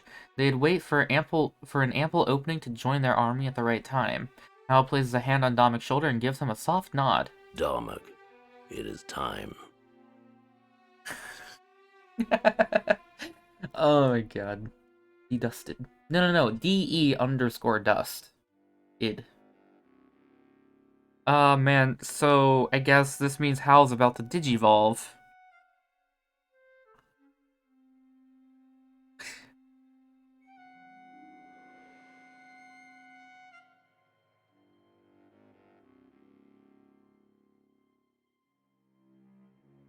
Now I can't remove... No, we can't. They removed that from the map pool. What are you on about, Tack? New, more powerful form. Which one was it? Was it just the original Digimon? That when, like, a Digimon would evolve for the first time, you'd just have, like, text-to-speech, they go, like, it is time. Oh, I'm stupid. I was making that joke. Emotionally supportive Agumon. I do miss emotionally supportive Agumon. I was making a Counter-Strike joke, but I didn't know enough about Counter-Strike to actually make the joke. In response, he gulps and looks up at Hal. Yeah. This is it. He catches a bunch of falling ash in his hands. After looking at it for a moment, he crushes it in his fist. Charge! I thought everybody else already charged. And mere seconds later, they were lost in the crowd.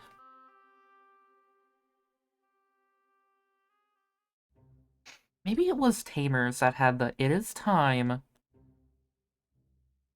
Yo!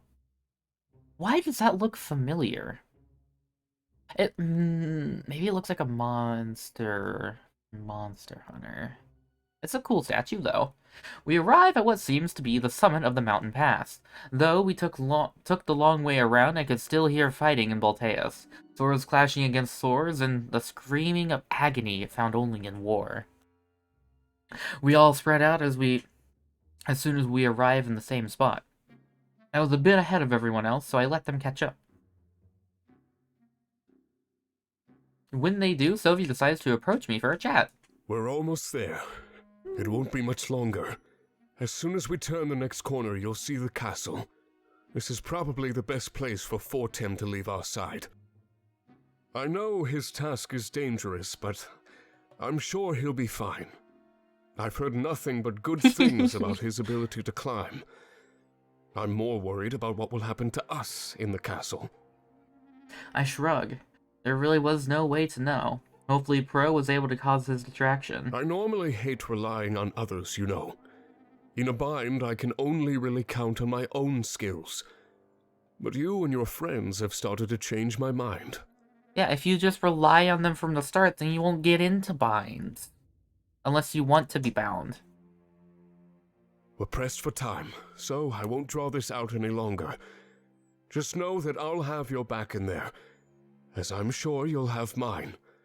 If we make it through this unscathed, I'll know it was a team effort. I nod as Zoe turns away and starts looking around the area. It appears like he's been here before and finds a great comfort in it. A few seconds later, my attention is diverted toward the ecstatic Fortem. Whoa, this is so cool! That statue. I've never seen anything like it. Ulrich, what is it? Do you have any idea?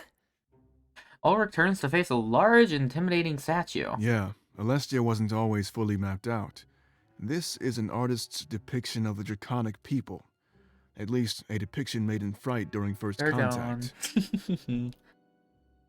First contact?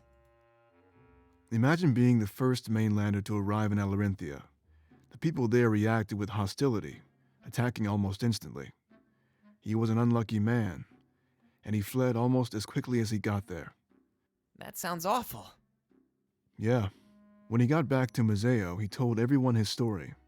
But his account wasn't right. Fear can warp anything you see. Even when he was proven wrong, the design still stuck.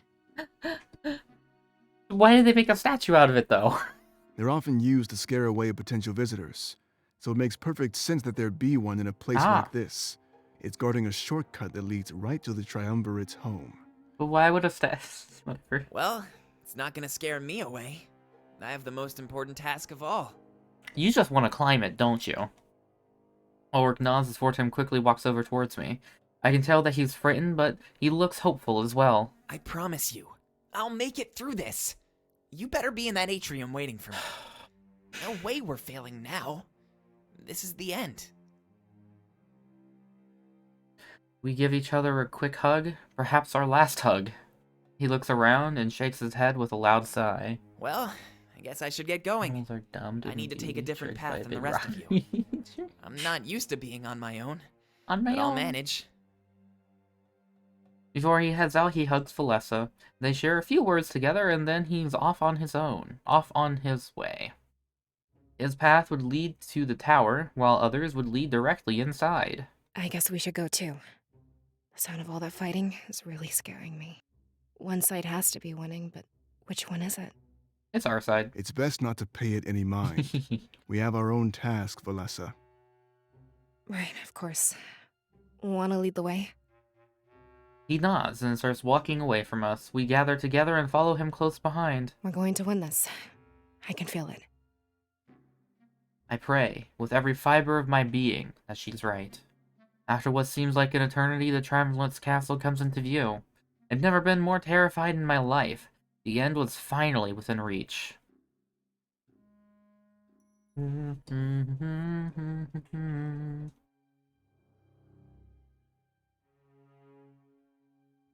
The castle looks just as corrupt and decaying as everything else. Almost even more so.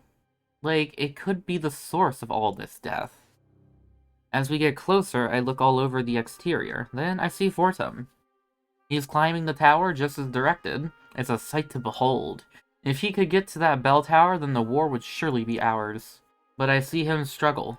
The castle was clearly his hardest climb. With no safety nets, any slip-ups would be fatal. I try not to think about that as we arrive at the bridge to the castle. Much to our dismay, the bridge is completely covered in suits of armor. They turn to face us as soon as we approach. A few seconds later, they start to march towards us. They're slow, our presence took some time to register.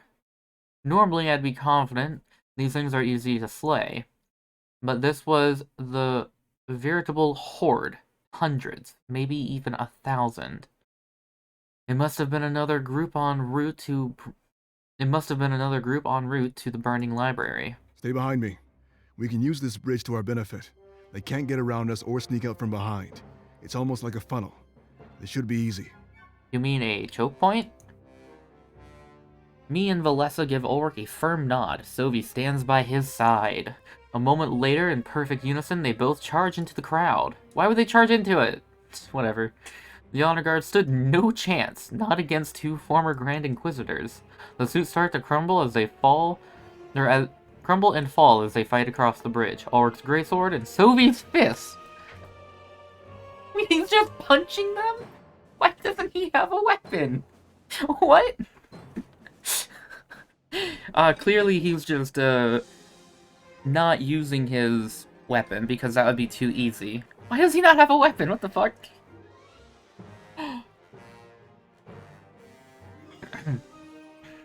Ulrich's greatsword and Sovi's fists kill almost 10 or more each second. However, as I look to the back, I notice a bunch of suits have bows. I shout to Ulrich and Sovi, letting them know of the danger. I know, but don't worry, these things have bad aim. Of Just course grab they one of do. those suits and use them as a shield. They'll wear out their numbers by killing their own. I sup...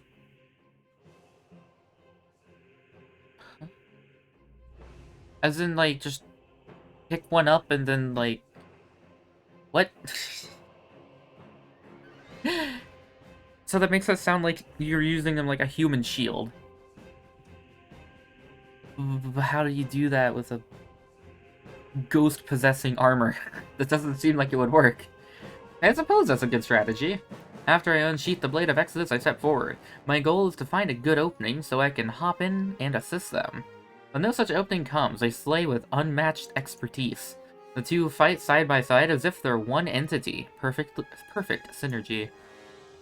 Me and Valessa notice the archers at the back prepare to shoot. Quick, grab one. We both rush forward and each disarm one of one of the enemies. With no means to fight us back, we hold them in place. Any arrow coming our way... Could they not have just picked up some of the armor off the ground? With no means to fight us back, we hold them in place. Any arrows coming our way would hit them first. A perfect plan, if that's actually what the archers were planning. But much to our shock, as the chaos on the bridge unfolds, they turn around. They're no longer aiming in our direction, they're aiming straight at Fortum. Fortum, look out! There's no way he can hear you. Our calls fall upon deaf ears, he was too far away to hear. There was no way for any of us to prevent what happened next. They let their arrows fly, some miss, one pierces Fortum's side. He immediately starts to lose his grip and appears he may fall off. There's nothing we could do. We can't call out to him, or get up there to help. I have to do something quickly, they're preparing to shoot him again. Quick, run along the side of the bridge. It should be wide enough to use as a path. Get back there and take out those archers. You? I don't take her suggestion to heart, I have my own idea. Running forward, I push Ulrich and Sylvie out of the way, I ready my sword. They'd pay for hurting my friend, every single one of them would pay. I thrust the blade in through one of the suits, then look over at Fortum. He looks so weak and delirious. Moments later, he falls from the tower. That sight alone is enough to fill me with more rage than I've ever felt before. Activating the blade with a familiar flash of white light blinds us all. I can hear my allies struggling as they're still fighting while blinded. Oh no! He got shot and then fell off.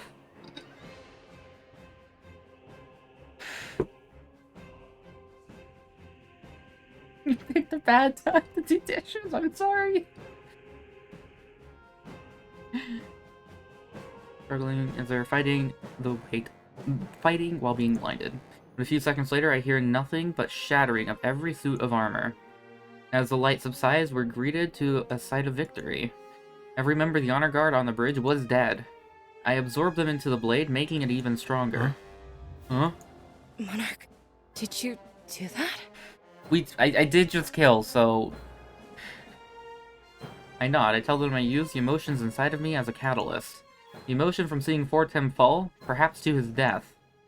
As we glance over to the tower, though, I see that I was wrong. He holds on to the edge of a window, because of course he does, and struggles to climb inside. So he wanted to drop, to fall to a window and get inside to safety. I can see that his claws are covered in blood from the arrow wound.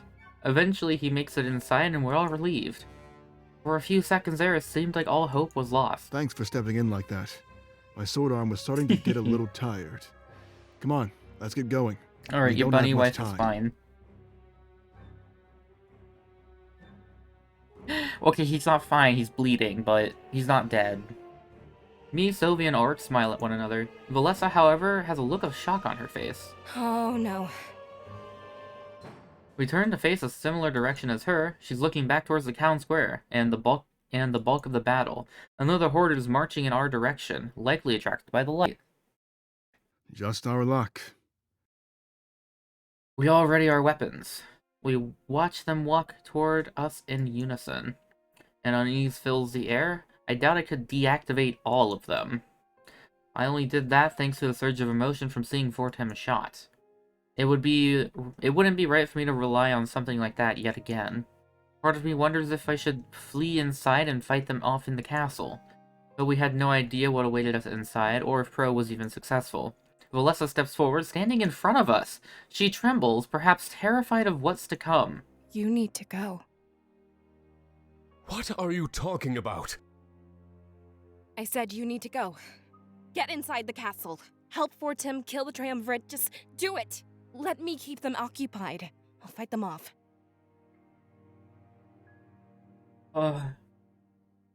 If this was Ulrich, I would have no worries. Valessa, that's suicide.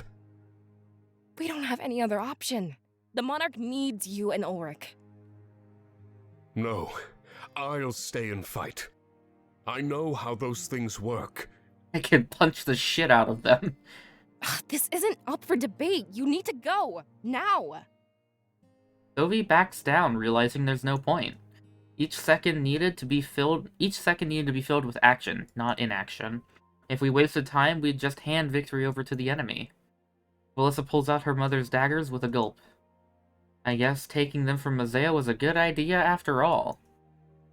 My mind tells me to talk her out of this, but I say nothing. She fought hard enough. If she fought hard enough, she'd be able to survive. Those suits are weak and mindless. I feel like she'd be okay. I justify her choice in my mind, perhaps because I know it's inevitable. She wraps her arms around me and gives me a tight hug. I know that this may be the last time we see each other, and it hurts. We've come so far since our time in Valenorth, and changed so much. Thanks for everything you've done, Monarch. I tell her to stay safe and survive. A moment later, the tight hug is broken. Oh, is that an order? Yeah. Then I guess I have no choice. I've never disobeyed. Aww. I'm not about to start. I'll meet you in the atrium, after Fortum rings that bell. And a moment later, we're both off in opposite directions. But as we head toward the castle, I can't help but look back. Mission objective: live. Why does that sound familiar?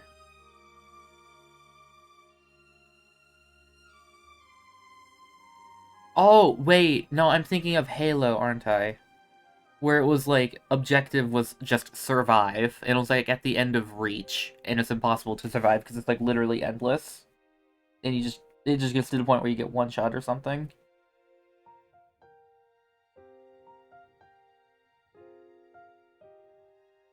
I'm both worried and hopeful, and both sides are at war.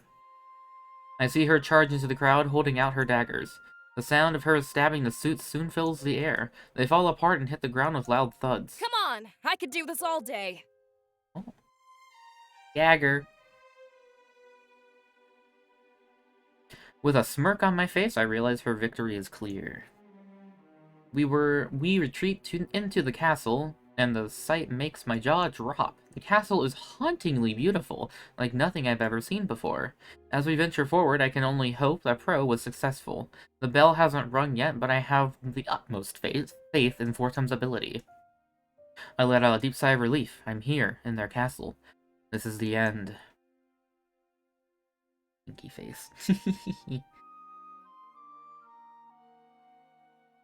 Ah, we're going to have lunch. Oh wait, no. Oh, that's a throne. Oh, what the fuck? That's gotta be so inconvenient to sit in. Is that a portrait? Eventually, Pro's path leads him to a massive dining hall. However, much to his surprise, it also doubles as a dead end. He examines his surroundings, looking for somewhere to escape. Damn it! There's nowhere to go. With each passing second, the honor guard grows closer. In a panic, Pro grabs a couple of knives from the— You don't have weapons with you! What? Pro grabs a couple of knives from the table. Daggers. Those are knives, not daggers. He hadn't planned to fight, but it appeared that he had no choice. The windows here were iron bars, rather than stained glass. It almost makes it seem as if this room is a prison. How fitting. Ancient contenders in my throne, watching honor the below. He takes a deep breath and waits for the suits to enter the room. But when they do, he's shocked. There's far more than before. As if he's gathered up several hordes to follow him in pursuit. Both a bad sign and a good sign. His distraction really worked. Is that all you could bring? I thought you'd be giving me a challenge. He jumps on top of the table, giving him a height advantage. I don't know how that helps in, like, a melee, but go for it. As the honor guard starts to climb up, why don't they just attack his ankles? I guess they're dumb. I guess that makes sense. They dumb. As the honor guard starts to climb up, he picks them off one by one. There is no problem, he'd just keep this up until all of them were dead. But they keep pouring into the room, the armor covers the table and floor. They're coming too fast, oh well. He can no longer fight them off one by one. They climb up on the table and he suddenly fights 3 at the same time.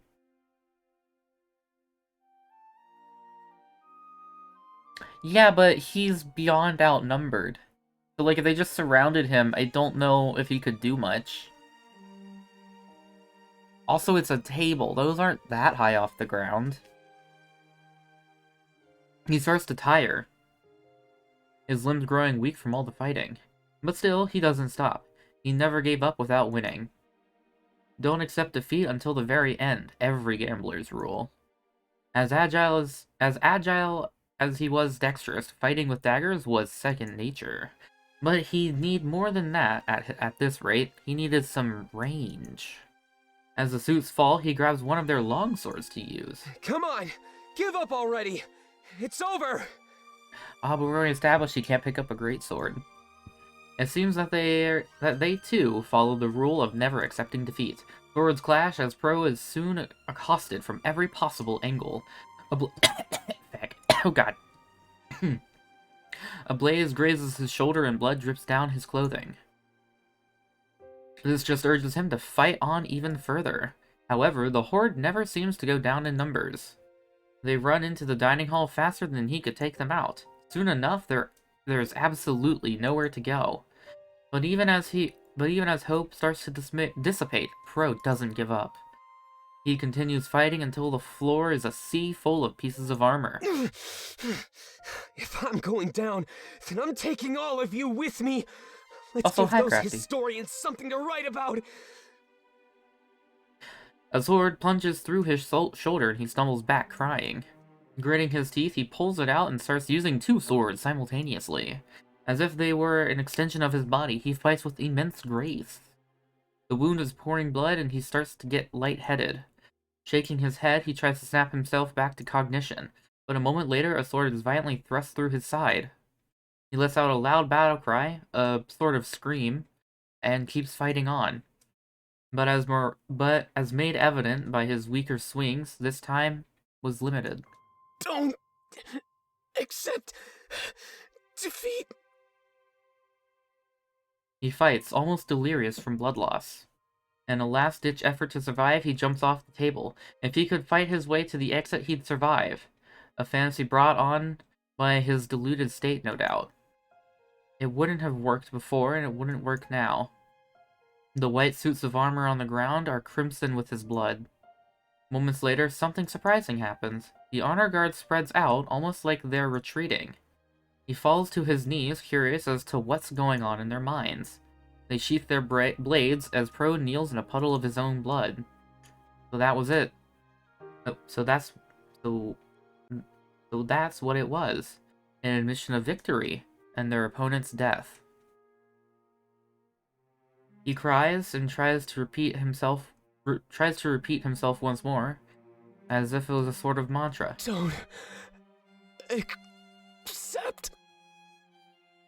He falls down on his side, crying and bleeding out on the floor. Don't accept defeat. At least, not until the very end. Unfortunately for him, it seemed like this was it. My luck had to run out sometime.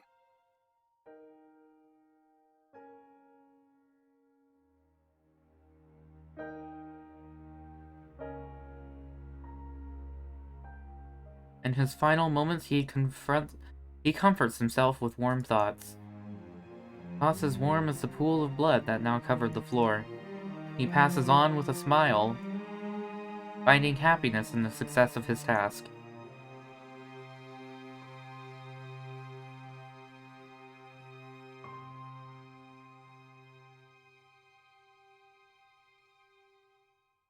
Hal is completely surrounded, fighting to the best of his efforts.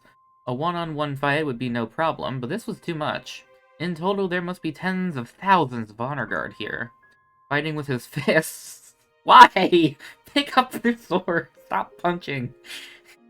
He punches the suits of armor to pieces. He preferred to use his own body as a weapon rather than anything else. I see, that's why. Other people fought with extensions of their body, but he needed none of that. One thing was for sure, he couldn't keep this up forever. With the power of the Monarch absorbed, he was mortal and vulnerable. However, he used the sense of dread in order to fight with more determination. Dominic was nowhere to be seen, but Hal hoped that he was still alive. There were so many suits of armor that it was almost impossible to keep track. One stray arrow, one thrown dagger, or one sneak attack, and it was all over. As he punched through the suits of armor, he finally saw an ally. Changing the direction of his assault, he followed the way towards them. Greeting them with a smile, it was a relief to see a friendly face once again. Hal, watch out! Vivian jumps behind Hal, taking out a suit of armor that was sneaking up on him. Thanking his ally, Hal responds by doing the same but behind Vivian. No matter where they stood, there was always an enemy in pursuit. Arrows fly overhead every few seconds. The enemy archers were skilled, but Ulrich said that they sucked. Hal couldn't see, but he knew that those arrows hit home on his allies. With his back pressed against Vivian's, their rears are finally protected. Vivian, status report. How are your men doing? Not good, last time I checked. There's just too many of them, Hal. We're outnumbered! All we can do is wait for that bell to ring. And if it doesn't? Vivian lunges forward, taking out several suits of armor. Then a moment later, he presses his back against Hal again. Then this is it for us. The despair in his voice was clear. They could keep fighting, but things were looking bad. Even if each man killed 100 suits, they'd still be outnumbered. Hal shakes his head, freeing himself from the onslaught of ash. The library, still ablaze, rained remnants of the monarchy upon them. The honor guard seemed unimpeded by this, but not the rebellion. It was almost as if when the suits fought together, they shared one mind. This caused them to be weak on their own, but formidable as a group. The despair and the TTS is clear.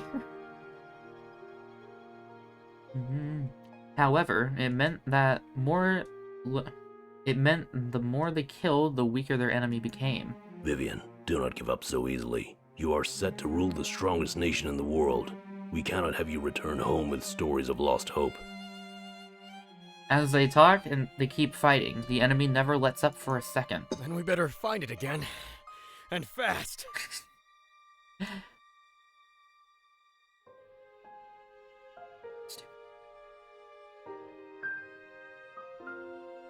Arrows fly through the air once more, and screams fill the air. They knew their forces were dying. The suits had no need to scream.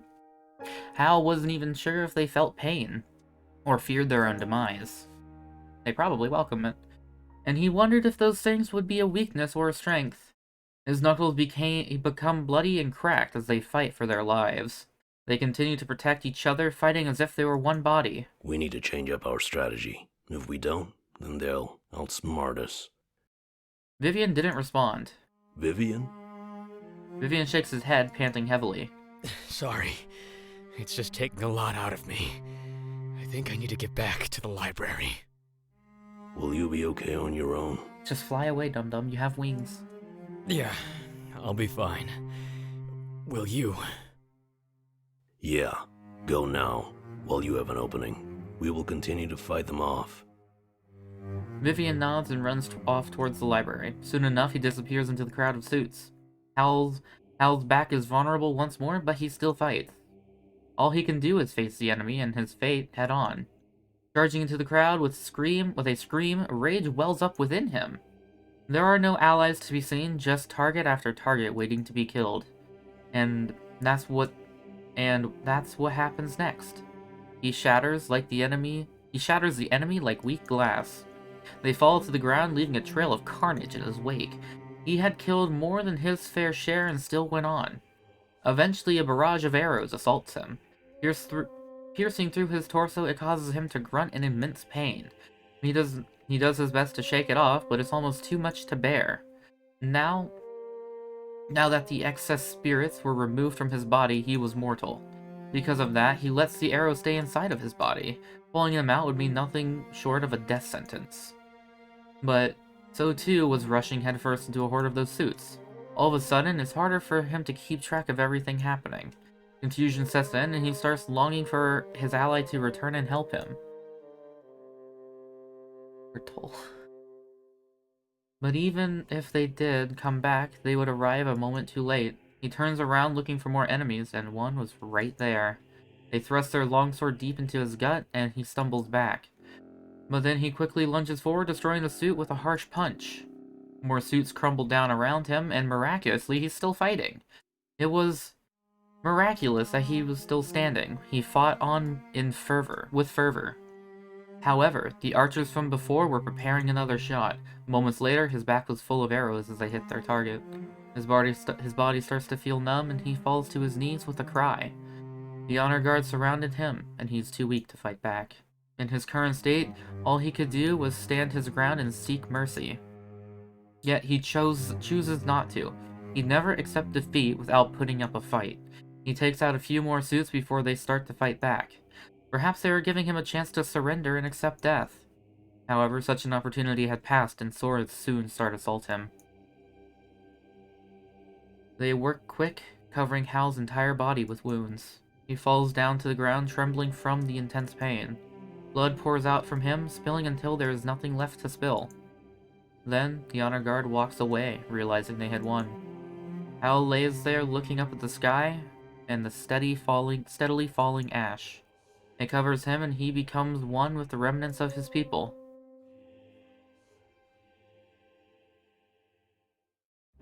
I know, that's what I kept thinking too.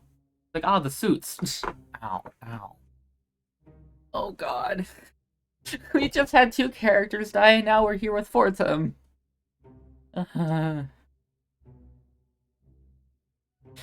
Mr. Anderson. That just reminds me of... I don't remember what it was, but it was like... the scene from, like, one of the later Matrix movies. It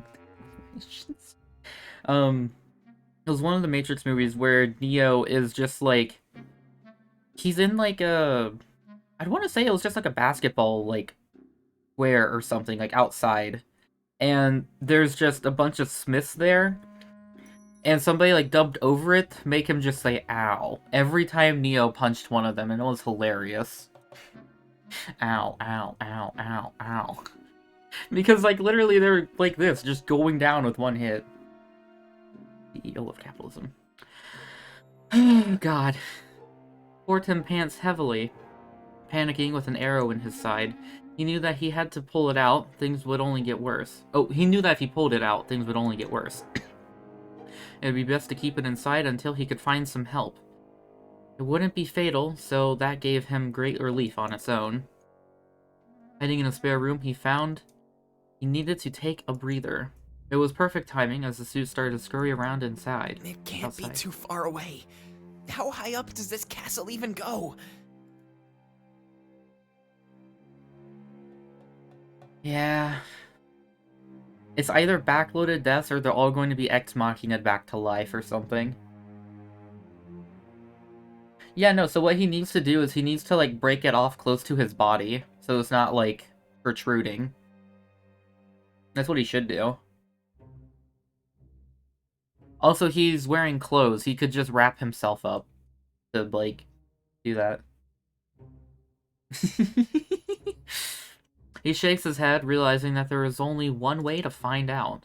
But as he goes to sneak out of the room, he bumps into a table. A bottle of wine falls off the side and shatters with an echo. His entire body tenses up as he hears the honor guard stop moving.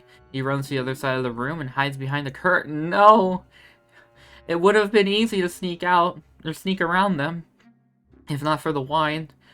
Now every single suit of armor that in that hallway would know he's here. He remains as still as possible as one of them enters the room to scout. The suits kneel down and inspect the broken glass and look over to the curtain. His cover was blown. He made a small trail of wine with his footsteps. He holds his breath as the suit of armor makes their way to his location. Then, a few moments later, plunges the sword right through the curtain. Fortem dodges to the left, then rips the curtain down from the wall. Wrapping it around the suit of armor, he has it in a strong chokehold. He hesitates for a few moments, then snaps the enemy's neck.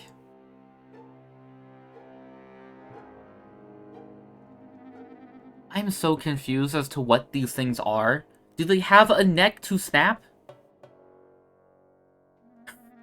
The suit crumbles, but has nowhere to fall, being held together by the curtain. He slowly rested on the ground. This was his first real fight, his first kill. If he survived to ring the bell, he knew he would never be the same. He slowly unravels the curtain and grabs the sword belonging to the suit. As soon as he does, more of them enter the room to check up on their ally. Fortem wondered if they felt emotion, if they'd mourned the suit he killed. They drew their swords, but Fortem wasn't sure what prompted it. Anger at their dead ally, or perhaps blind loyalty to the Triumvirate. He'd never know, and in that moment he realized it was for the best. Sword clashed against sword as he fought for his life. But not just his, almost everybody else's lives were at stake, too. They were relying on him to ring that bell, and he couldn't let them down. All he had to do was survive. He's not dead yet! Ugh.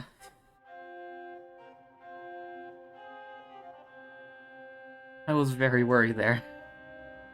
When we get inside the castle, I notice that it's completely empty. I am filled with hope that Pro must have been successful with his distraction. Otherwise, this place would be teeming with those suits of armor. All we had to do now was make our way to the top and take them down. With the Triumvirate dead and that bell rung, victory was ours. I crossed my fingers and hoping Fortem's travels were going well. Wow. I haven't been to this place in ages. I will explode this. It doesn't look any different, though. Just as uninviting. You want to go right up those stairs, Monarch. This is it. That just reminds me of like I think it was like a meme picture. Where it's just like a kobold excitedly runs up to you and says, "Look at this!" And then the sun explodes. I don't know what the context was, but I think that was all the context to it. The kobold exploded sun. I nod. He was right. This was the end of our journey. After everything we've been through, I was finally in the castle. I start walking toward the stairs. My next actions were clear. Hey, not so fast. You should let me take point. I know the layout of this castle and where to go. It gets a bit confusing up there. Trust me on that. Confusing? How so? Lots of stairs. I hope you're okay with that. And be careful. We don't want to fall into a trap. This place is massive. It would be easy to ambush us. Cobalt at first. Which still in some context would work. No. The little dragon simp. Little lizard dragon simps. Kobolds. Not a second later, somebody enters the room from the opposite side. It's that man from our HQ, the one with Sylvie, clad in white and gold. He descends the stairs, laughing at us. A horde of suits follows. Ambush? No, I don't play cheap, not like Sylvie. I'd merely like to call this a welcoming party of sorts. Hello, Halen. An ambush is unexpected. Surely you knew I'd be here. I unsheath my blade and hold it out towards our enemy. There was no time to argue semantics with the likes of him. But as if to guard me, Ulrich and Sylvie stepped forward, getting in the way. Halen, don't you think it's time you gave up? You've been bound to their will, following orders for so long. Let us remove that curse. We can give you your freedom back. Oh god. This music sounds like something from Harvester. What the fuck?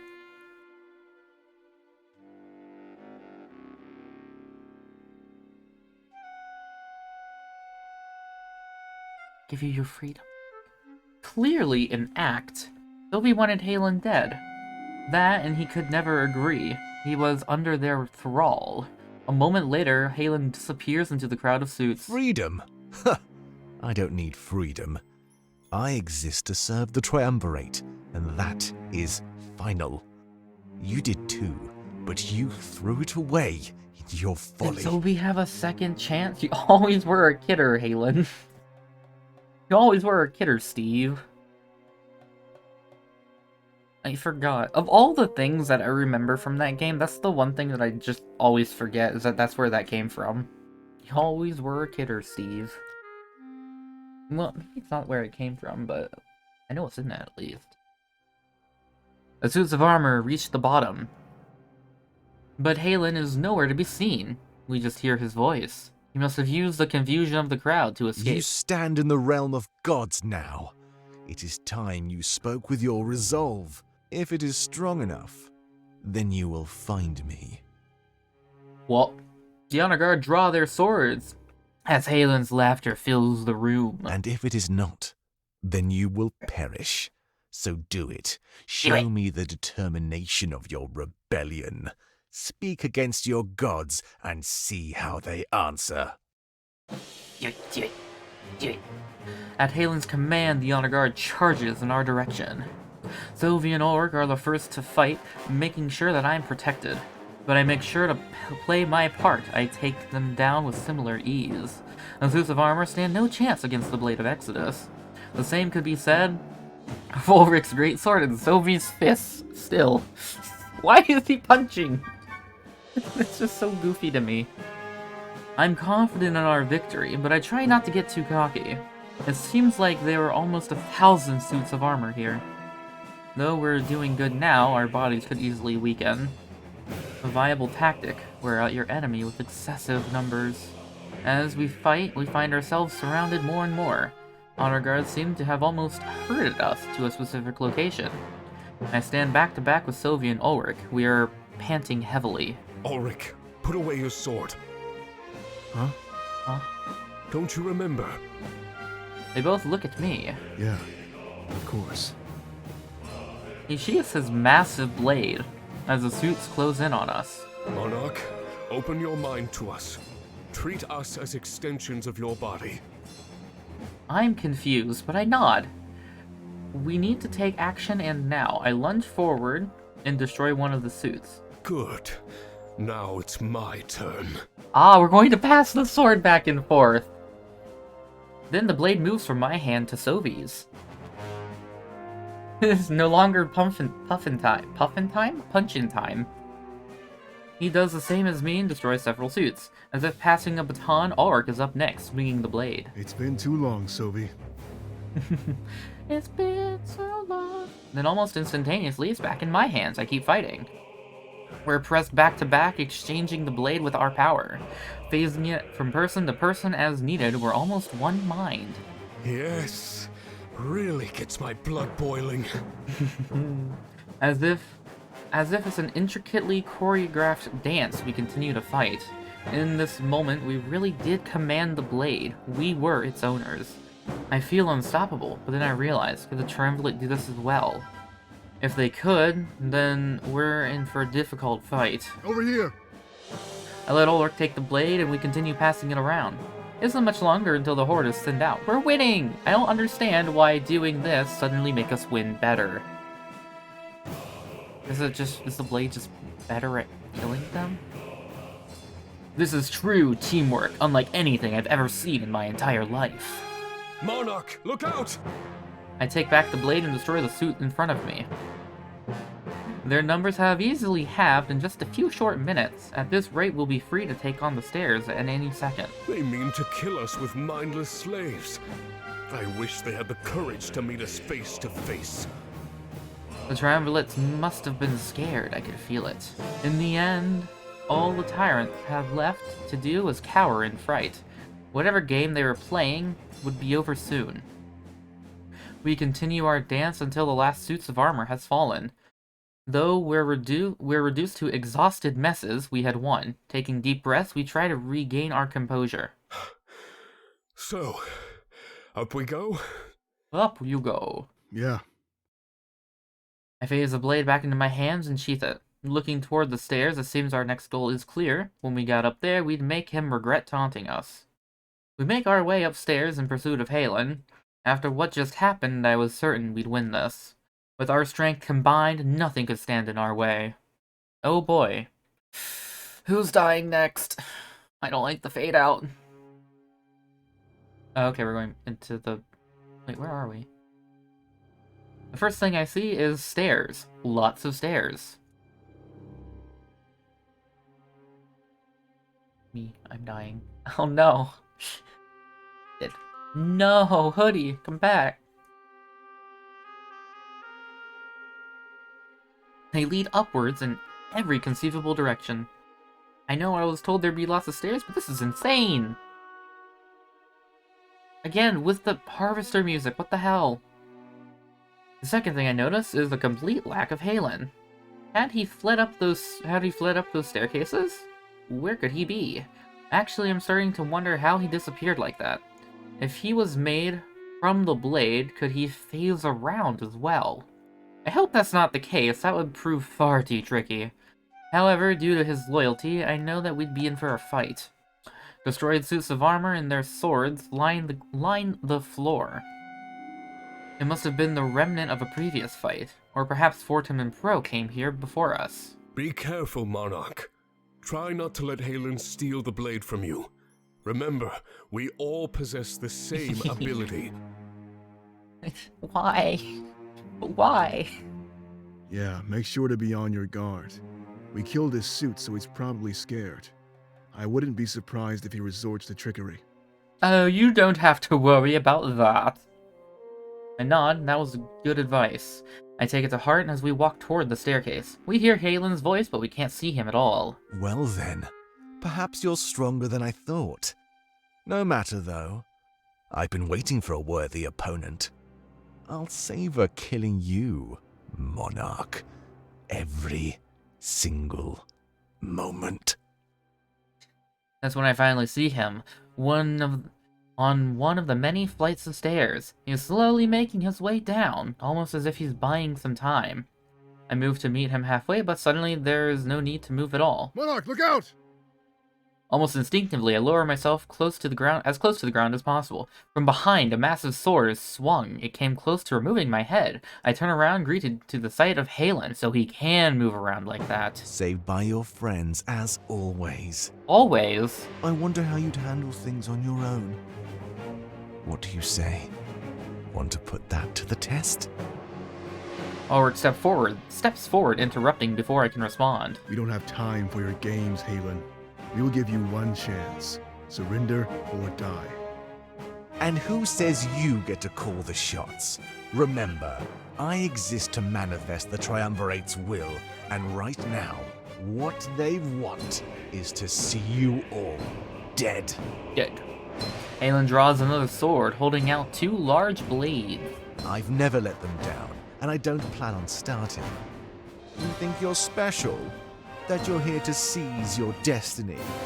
No, you're nothing more than another insect for me to crush. You may have made it farther than most, but it doesn't matter. Even atop the highest mountain, an insect is still an insect. A being that exists for one purpose. To be exterminated! He's got the Nargacuga eyes. Yo, he's got fucking laser beams. Got laser eyes. He charges toward me, and I do the same. Pulling out the Blade of Exodus, our swords clash as we meet. They meet again and again, the echo filling the room as we fight. His strength is astounding, as well as his speed. I've never seen a man fight with two swords quite so gracefully. He tries to trick me with fake swings and sudden movement. But he'll have to try harder than that. I counter him with ease. His dance continues until we show no signs of tiring out. At this rate, death would come to whoever slipped up first. But I can't slip up. I have to win and take down the Triumvirate. With this world belonged to me. I was the rightful heir to the throne. Halen was just a lackey to some power-hungry group of three. If there was any justice in the world, then I would prevail. Perhaps I let that get to my head. This allowed Halen to land a blow. Thrusting his blade into my shoulder, he twists it and pulls it out. This was a wound that proved to be harmless in the long run, but the pain is so intense that all I can do is stand there, stiff and motionless. My blood drips to the floor and I take a few steps back, losing balance. Monarch! Sylvie lunges forward and pushes me to the ground. Phasing the blade into his hands, he blocks Halen's next attack. I bleed on the floor as I watch Sylvie fight his former apprentice. There's something different about you, Sovi. Where was this passion when we worked together? Swords continue to clash, and Halen was right. I've never seen Sylvie quite so determined. Don't you dare die on me, fluffy boy. The Triumvirate doesn't allow passion, Halen. They take everything away. They bleed you dry and offer nothing in return, nothing but empty words. The rebellion gave me a place in this world. I belong to them now. I think he's a furred dragon. Because he's got like a dragon snoot, and he's fluffy.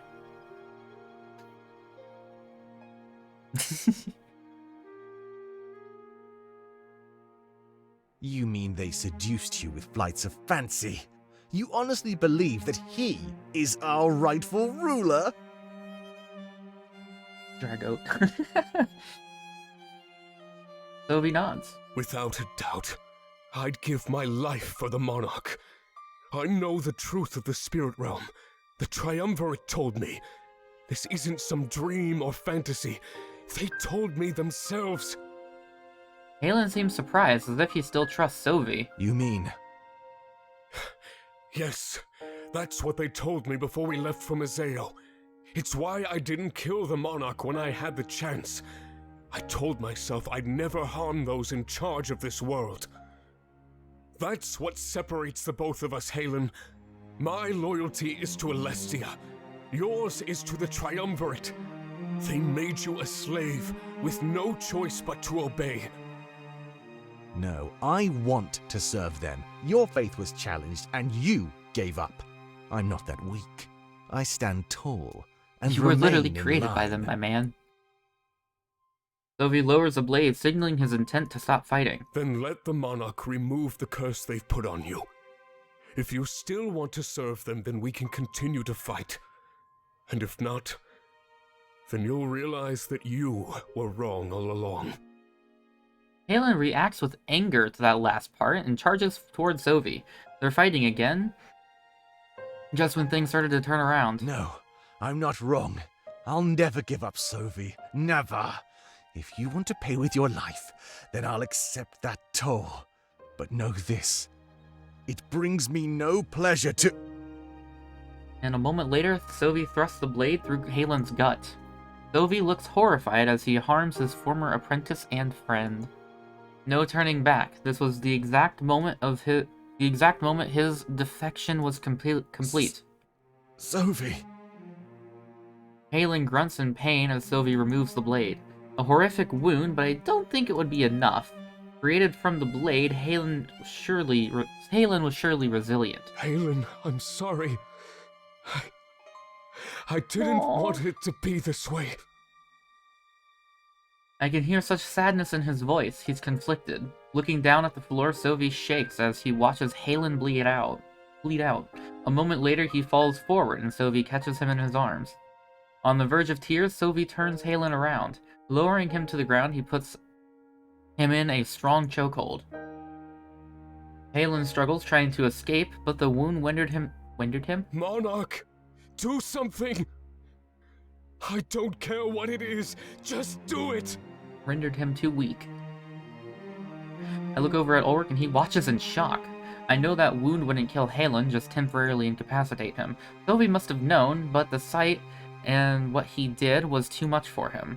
There was no way Halen could fight back now. I could kill him with no difficulty at all, but I could also save him. I'm going to save him because that's what Sylvie seems to want. If I remove the curse on his mind, maybe he'd serve our cause instead. Was it worth the risk? Something tells me I don't have much time to decide. If Sylvie held him like that for too long, he'd be dead for sure. Liberate Halen! Yeah. I think so. Yeah. Because Sylvie doesn't want him dead. I had to liberate Halen. I had to let him survive and give him a chance. If he still chose to oppose us, then we could execute him after the war. But as long as his conversion was a possibility, I had to take a chance. I tell Sylvie to release the chokehold, but hold Halen in place. He obeys without hesitation, and I slowly make my way over to him. Pressing the blade against Halen's chest, I ask it to give him his freedom. A few seconds later, Halen falls to the ground unconscious. I have him carried over to a safe spot where he could recover in silence. If and when he woke up, I hope that would be as a new, smarter man. With that out of the way, we had to make our way up those stairs.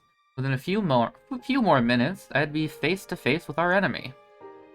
It was time to rise to the challenge and change this world. You know what? I'll stay behind. Pro and Fortum should be at the atrium any minute now. I want to make sure I'm there to greet them and fill them in. Are you sure? Yeah. It's not my place to face the Triumvirate. Not again.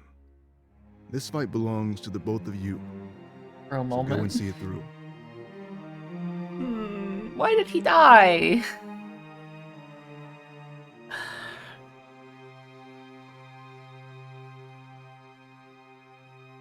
I really have to wonder, like, if there is any saving of your allies. I think Hal might be kind of obvious. Like, if you don't take the spirit power from him, he probably wouldn't die. But then I wonder if that just causes somebody else to die. Like Dominic. Like, I wonder if there's, like, a tally for how many people have to die, and it's just, like, based off of, like, maybe your relationship level with them. It's like, these ones die and these ones don't. But there's always just, like, a minimum number. Either that or it doesn't matter and they're gonna get Ex Machina back to life. Could be that. But for now, I'm going to pretend that those deaths were finite. Or, not finite. Those deaths are permanent. And Pro is gone. I'll be honest, I'm not too terribly torn up about Hal. I'm very sad about Pro, though. Assuming he doesn't get Machina into life. Or whatever. We both nod at him, and he makes his way back to the atrium. On his way out, he picks up a sword from the ground. Sylvie scoffs and does the same thing soon after. A good idea, actually. Something tells me we'll be fighting even more. Say, can you do me one favor before we head up? I nod. Here. Just trust me. Just trust me. He reaches behind me and adjusts my scabbard.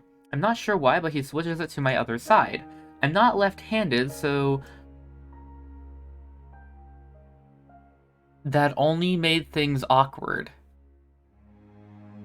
I know what he's doing. Is this why at the very beginning it had me choose what side I put the sword on? So it could just be like, it switched to the other side. Or instead of putting the other side as like the left or right side. No, he's doing this because he knows that the blade will react to my fear. So, in a moment where I don't have it, I'm going to instinctually reach to my right side and it's not going to be there. But then it's going to be there because I'm going to be in a pinch. That's 100% where this is going. And if it's not, then...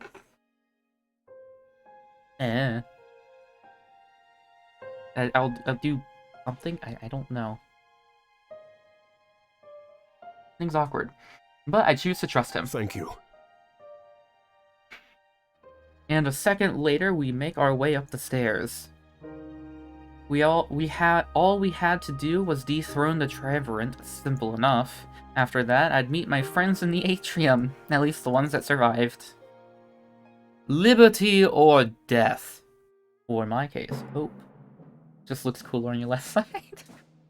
Oh no. Oh no. No! Please don't. No.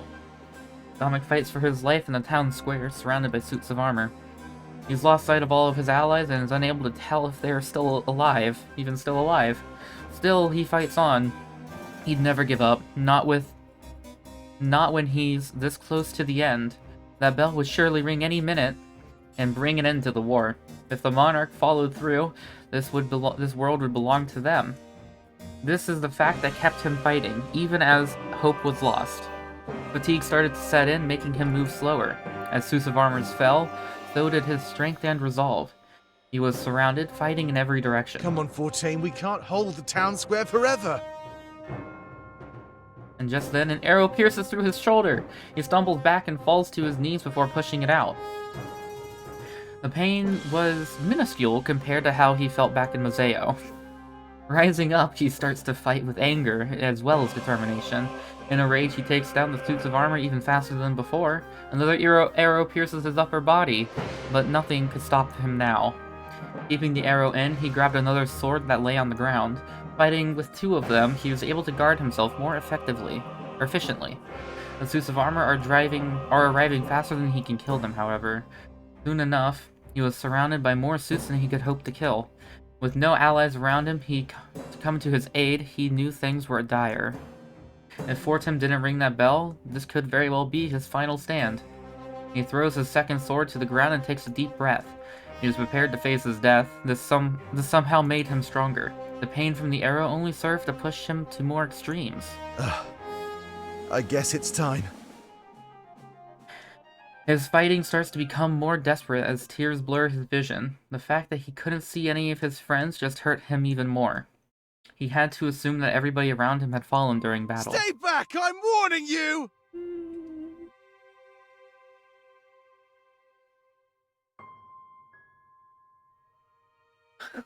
What?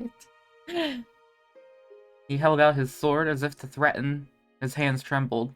The honor guard did not heed his warnings as they closed in on him. Having no choice but to continue fighting, he lets out labored grunts. Through his blurred vision, he's almost unable to make out anything. His saving grace is a contrast of the white suits over the Balteus' decay. Using that as a guide, he's able to keep taking down his enemies. He tries fighting his way in the direction of the archers. Those were more of a threat to him than any of the suits with swords. In fact, he was certain that those archers had killed quite a few men, and unfortunately, he may be the next added to their count. An arrow is shot through his gut and he screams, falling back. Not a grievous wound, but he's immediately caught off guard. Something smashes into the back of his head and he collapses. Turning around, he sees a suit holding a rock, covered in his blood. An open wound on the back of his head starts staining the ground. What? He writhes on the ground in pain and confusion. The suits kneel down and grab the sword from his gut. Grab the sword from the ground. It was the same one that Dominic had discarded moments earlier. He was surprised to see that the rest of the honor guard stands down, as if they acknowledged this one had deserved to deal the final blow. Dominic cries, looking up in horror as the suit raises up the sword. He holds out his sword once more as to guard himself, but a moment later he drops as the suit thrusts the sword into his chest. He screams in agonizing pain as he starts to bleed even more. This was the end for him and he knew it. The suit pulls out the sword, causing him to bleed even more. He knew his luck had run out, and he wouldn't come back from this one. Mother! He cries and brings both of his hands to his chest. Blood is pouring out from where the arrow found its home. It stings softly as flakes of ash from the air rain down upon it.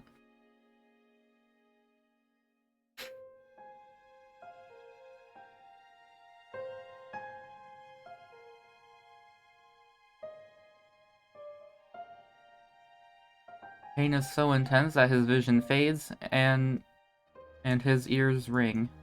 The honor guard stands down, leaving him to bleed to death on his own. Only a moment later he realizes it's not exactly the cause, that ringing. Fortem had succeeded! That was the bell of retreat. A moment too late though, at least for him. This causes him to cry even more. But alongside his tears, a smile forms. His allies were living, and they had won. The honor guard turns to the source of the noise and they drop their weapons. Sonic lays there hearing the bell, a sound of hope beckoning to all. He passes with a smile on his face and is slowly covered by ash. Everything had gone according to plan. Now it all rested in the hands of the monarch.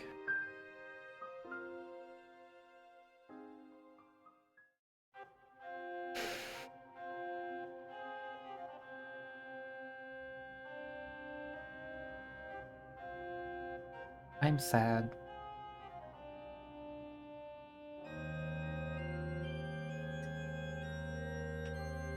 Bells. The ringing of the bell echoes in my ears, almost deafening. I'm relieved to know that Fortem survived and succeeded. Me and Sylvie stand in darkness, and it's hard to see. Here, you'll be needing this. He hands me a torch that was hung against the wall. And watch your step as we go up those stairs. If you fall off the edge, well, you know how high we are. I nod, and the thought filled me with fright. I hold out the torch and see the bizarre sight before me. The walls are lined with gears just like those on the blade. They spin and rotate in directions that they shouldn't. It makes no sense to me, but then again, neither does the blade. The gear on the blade spun in a way that was physically impossible. Fog lines the stairs. Oh, that's fog, okay.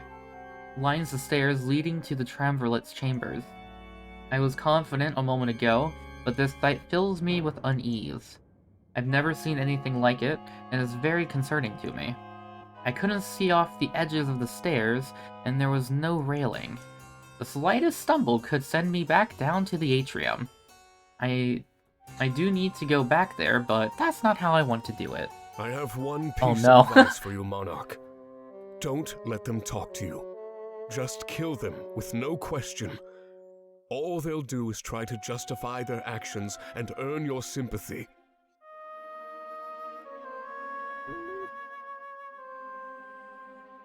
They prey on the minds of the weak, of those that they can mold. I know you're strong, but they just have this way of convincing you. I'd hate to see that happen to you. So remember, kill them all. I tell him that I don't care what they say to me, I'm here to kill them. They could speak to me all they wish, they'd accomplish nothing. An easy goal to have in mind, but in practice I guess I had no idea. I'd have to find out, however, someone steps out of the room ahead of us. As they move towards us, I can see the white and gold of their cloak. One of them left their chambers. I thought they didn't do that. Sylvie, you've returned. Were we not clear enough? A permanent exile is non-negotiable. Ah, but you see, I have brought you the spear and the blade. I'm so sad. I'm so sad. But you said... He turns to them and motions as if he's pleading. You said I could come back if I brought the blade. Is this not what you wanted? Was it not a test? The Triumvir looks down at both of us in sighs. You think that you can fool us so easily? We know where your allegiance lies, Sylvie. I'm going to go There across. is nothing in this world we cannot see.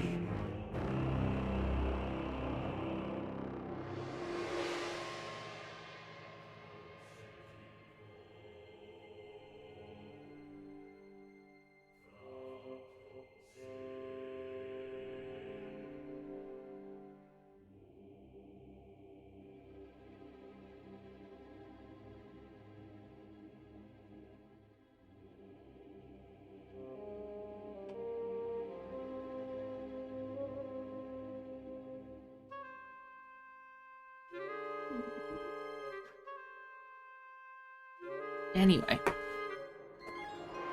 Sylvie gritted his teeth. I could tell that he was angry. I'm confused, but I trust him. I knew he was on my side. At least, that's what I thought. Everything changes in an instant. Everything I did for you. Were you really too foolish to realize that? My attempt to help the rebellion was only an act. Nani? I've brought the enemy and the blade to your doorstep. Even after this, you deny me my redemption? I immediately try to run, but Sobi grabs my left arm. As much as I struggle, it's no use. He's too strong. I'm filled with fright. How could he do this? You've done nothing but bring an armed enemy into our home. Your judgment is clouded, Sophie. We decline your I'm offer. assuming that's Nani? That doesn't make sense. I don't know how the language works. No! A second after, Sobi phases the blade into his hands. Then, much to my regret, he slices through my arm with ease. I scream, and then from the elbow down, almost nothing remains. Then take this as an offering. That arm will never again be used against you. Before all of us, I the see. monarch is Okay, I guess I was wrong. defenseless. I don't feel anything, almost as if my body numbs itself from the trauma. That's called adrenaline. Don't cut off my arm. But the sight is all too real. My lower arm, limp and dead on the floor. Blood spurts from the wound and I look at Sovi in disbelief. He makes direct eye contact with me and then looks at the torch.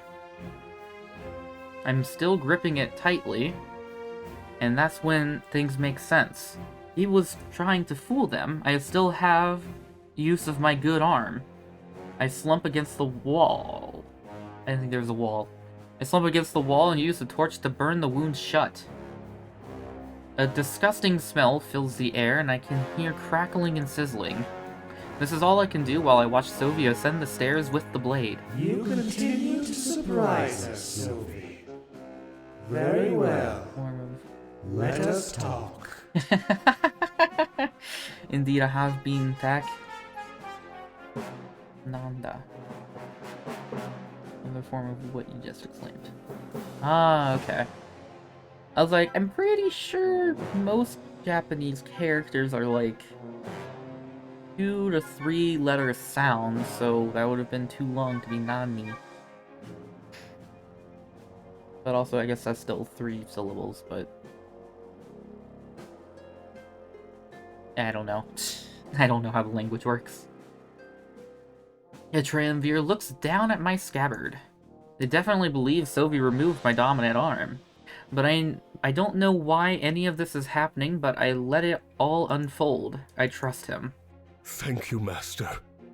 I am sorry for letting you down in the past. I can only hope that this offering is enough to please you. He continues to walk up the stairs, slowly, as if somewhat scared. If I were him, I wouldn't want to make any sudden movements either. The triumvirate has the advantage here. All we could do was try our best. Remove threats to ensure the continued reign of Alestia's leaders. Is that not what you wanted? Is that not the role of the Grand Inquisitor? As he speaks, he reaches the top of the stairs and faces his master.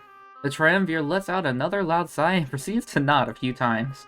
By now, I'm almost coherent again, and the wound bleeds no more, burnt shut. You are right. Kneel, Sophie, and pledge your loyalty. Then, turn that blade on the monarch and take his soul. That's all we need. The blade and the power inside him. Sylvie immediately drops the blade to his side and kneels down. The hilt, it hits the ground with a loud metallic clang, and then rests there motionless. Yes, whatever you say, I will continue to serve. As the Grand Inquisitor, I have only one goal. Removing threats to the throne of Alestia. Kanji. Ah, you see, I can't tell if that's hiragana or kanji or... Is it katakana is the other one? I know there's like 3 different written forms, or 3 different, like, languages that make up Japanese. No, hiragana and kanji. Not sure about the 3rd one. He trembles, frightened as the triumvirate nods. And I shall start with you. A moment later, the blade disappears from the ground. but it doesn't return to Sylvie's hands or even mine. It phases directly through the chest of the Triumvir. Sylvie! Oh, nice! He rises to his feet and grips the handle of the blade. I can see tears streaming from his eyes, sad at what he's done. He's shaking as if he almost refuses to believe that this is real. I hate that you're making me do this. I hate the man that you've made me become. Sylvie. And a moment later, he pulls out the blade. Then, with a harsh kick, the Triumvir flies off the edge. I can hear them scream as they fall, and then their screams fade. Sylvie drops the blade and then drops back to his knees. I start walking up the stairs, shocked at what I just saw. One of them was dead. Now, only 2 more remain. Monarch, take the blade and go. End this foolish war. Please. Or loan words. What? Above is hiragana. So I was right, it's katakana.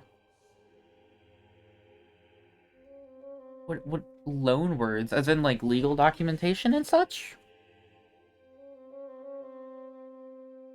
Because he's fluffy, okay? I summon the blade back to my hand and walk up the stairs. I stop as I arrive beside him, but he simply shakes his head. I consider placing my hand on his shoulder, but it's no use. Just go. With a sigh of regret, I realize that there's nothing I can do. I wouldn't even have time to chastise him. I decide to enter their chambers. His cries fill my ears and dissipate with each step I take toward the end, either the triumvirate end or the end of myself. No, who's dying now? Or am I going to be in the room? I'm in the room, okay. Words borrowed, they're borrowed from other links. Ah, okay.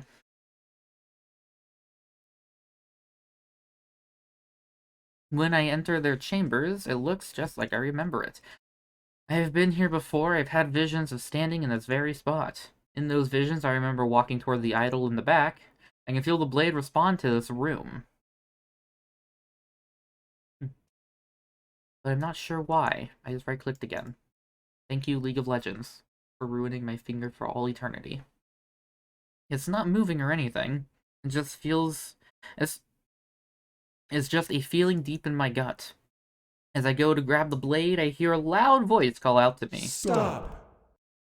Then out of nowhere, I see 2 cloaks appear by the idol. One of them stays in place and the other walks toward me. On the one at the back was surely my target, their leader, and their leader. Do not draw that blade unless you intend to use it. That idol will respond to your aggression and fight back. We will not harm you.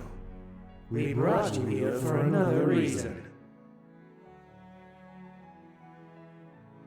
Oh, beat my arm.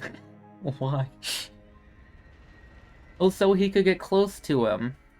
Even though he fucking materialized the blade inside of him. Yeah, he didn't need to do that. More of a times 86 kind of dragon thing. Wait, what did I miss?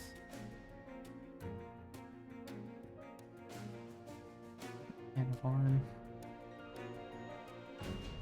More of a 86 dragon thing. Okay, yeah, I don't know what jokes are being made here. Another reason? What could it be?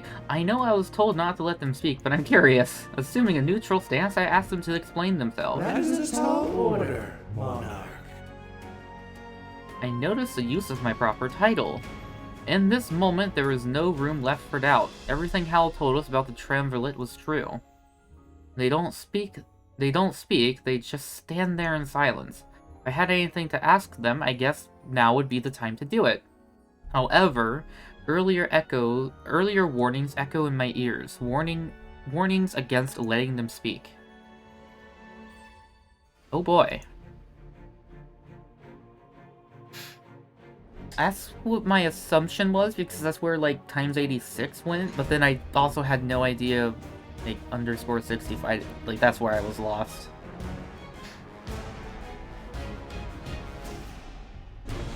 Like, I figured it was a computer joke, but I didn't know what. I'm gonna go with listening to Sylvie. Enough talk, let's finish this now. That was enough talk. I came here to kill them, and that's what I do. And that's what I do. No matter what they had to say, they couldn't talk themselves free.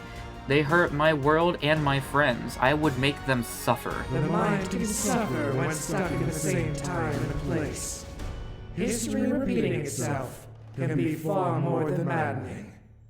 We try to break free from the cycle, but only perish. This member of the Triumvirate is talking so differently. The one back in previous rooms had almost a completely different story. If being caught in a cycle could drive them mad, I had to wonder which one was mad. This is why we will not stop you if you wish to kill us. That blade has kept us alive long enough to see things through. Our final rest would only be a sign that we have finally won. So go ahead, kill me, and kill my master. Turn that blade on the idol, and see what happens. See if you can free everybody from its wrath. Okay. Then what is arm? I guess that would be the next question. I guess that was the start of the joke. Another one.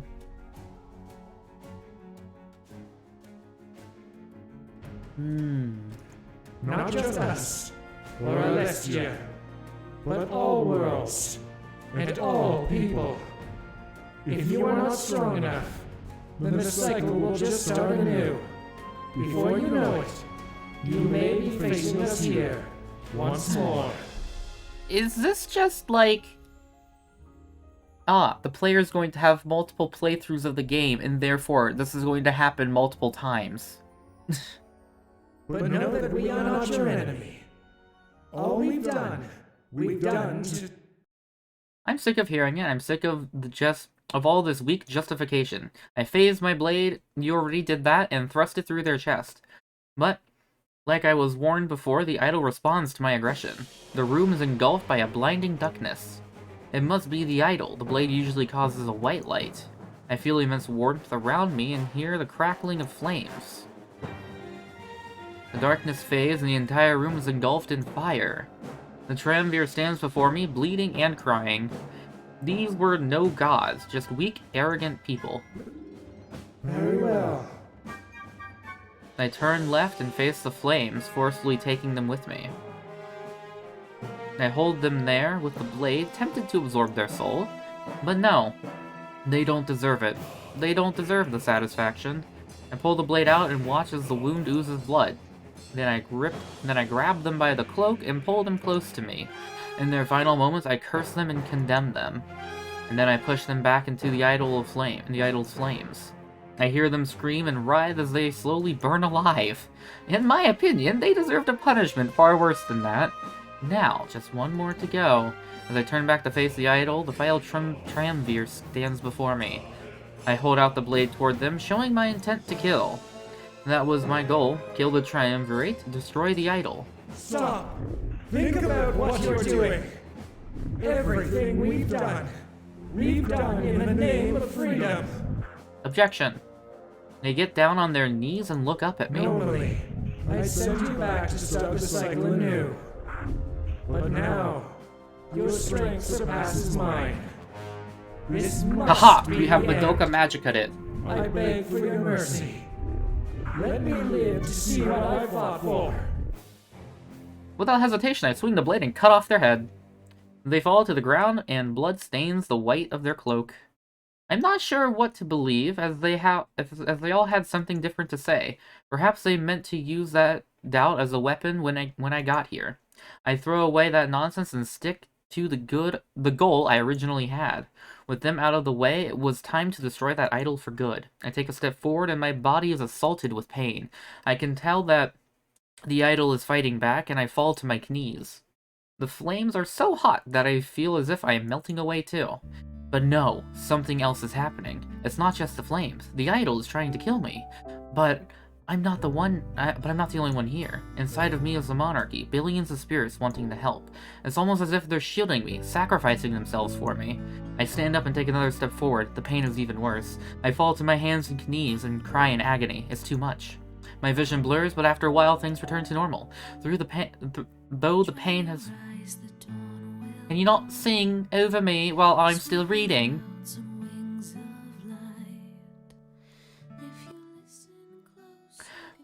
No longer. Though the pain has gone away, I start to feel weaker and weaker. I know that the souls inside of me are giving their lives for this. If I could get to the idol and attack it, I might be able to win. That was a big maybe, but there was one thing I knew for sure. I might not live through this, and there was no other option. Every step I took could easily be my last.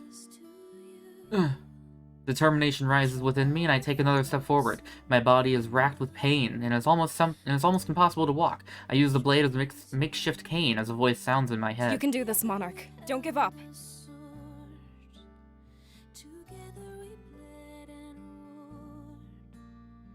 I'm not sure what I just heard, since nobody's actually around me. In these chambers, it would seem that time and space act abnormally. With another step, I grip my teeth. It feels almost like I'm being torn apart. Keep on moving! We didn't come this far just to lose now!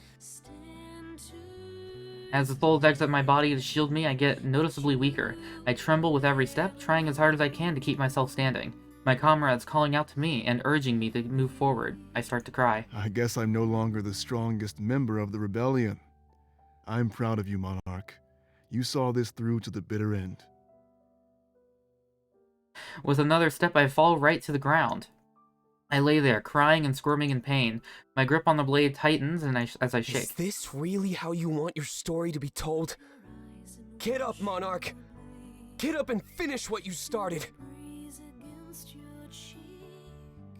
I use the blade for support and try to rise to my feet. This is taking so much out of me. Would I have enough power in the end? Hoping with every fiber of my being that I do, I take another step forward. I knew there was something special about you. Ever since the start. You brought us all together and unified us. You made us a family. I smile, a stark contrast to the tears streaming down my face. With another step, I am almost facing the idol. I couldn't do this alone. The voice of my comrades, the souls inside of me carry me forward. So, everything has led to this. The monarchy is no more, but you can still live. Make it through this, and give Alestia the future it deserves. I take one more step and ready the blade. As soon as I thrust it into the idol, things would be over. But as the power within me dwindles, I realize one thing. No matter what happens next, the blade would be destroyed. But if I wanted to get rid of the idol for good, then I would perish as well. In order to live, and see another day, I'd have to hold back just a bit. But if I did that, then there's a chance that the idol might not fully be defeated. It could come back in the future to corrupt and decay other innocent worlds. Was keeping my life... It was at this moment that he knew. He fucked up. Condemning other worlds to suffer like we did. I thrust my blade into the idol and activate it. The blinding... Oh, I wonder if I'm going to hold back because I'm not on one side or the other. I thrust the blade into the idol and activate it. The blinding white light follows. This was the end. The blade, in mere moments, would enact my final will. I just have to ask myself, what would that final will be? Will affect your future. I wonder why. Well, Dominic's dead. There's no point. Oh wait, no, I don't want to overwrite that. So I want to go back and listen to them. I'll save there. I'm coming, Dominic. I couldn't spare myself if it meant that other worlds could be hurt. It would be selfish, even though... No, it's like Trigalia lost. No. Ah, why? God damn it. That game also made me sad. It also made me sad because it did end of service. It's a phone app. That has dragons in it. But it had its end of service in November, and they did their final chapters. And spoiler alert for a game you can no longer play. It ends by the player character king gaining, like, literally the powers of the gods and rewriting the world in a way such that it won't repeat itself and go into a cycle of everything getting destroyed and erased. But in doing so, they no longer exist in that world. It would be selfish. Even though I wanted to live, I knew I couldn't. As soon as we set sail, I knew this could be the end for me. But even though I knew it was a possibility, I still didn't want to believe it. I was only fooling myself, thinking that I could live to see what I fought for. I denied the Triumvir that right, and now I would deny it to myself as well. I guess it didn't matter now. I can feel myself fading away. I command the blade to use all of the power it can, including that of my life. No matter what happened to me, I could rest knowing one simple fact. Alestia had been given the future that it deserved. In the hands of the people, they were free to live as they pleased. As everything fades away, I wonder what that future might bring to my allies.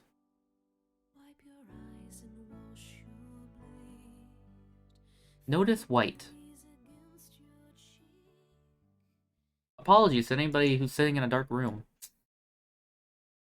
Epilogue. I turned up the music just to not have music. Yep. After the war, Valessa dedicated her life to philanthropy. She helped the people of Mazeo move on from the Triumvirate. Undoing some of the damage her parents had done was her new calling. As pirates, they inflicted wounds upon the culture and people of Mazeo. Being their daughter, she felt qualified Dominic to try died and make 0 out up of for 10. what they did. And so she would go down in history as one of Mazeo's greatest public figures. She didn't ignore Valenorth, however, and still paid frequent visits. Trusting Fortem to take care of her home, she did the same for Mazeo. Okay. Together, they helped ensure that both nations lived strong and in harmony. Each year, she'd place flowers on Salberg's spirit idol. This was to remember you and the idol that empowered you.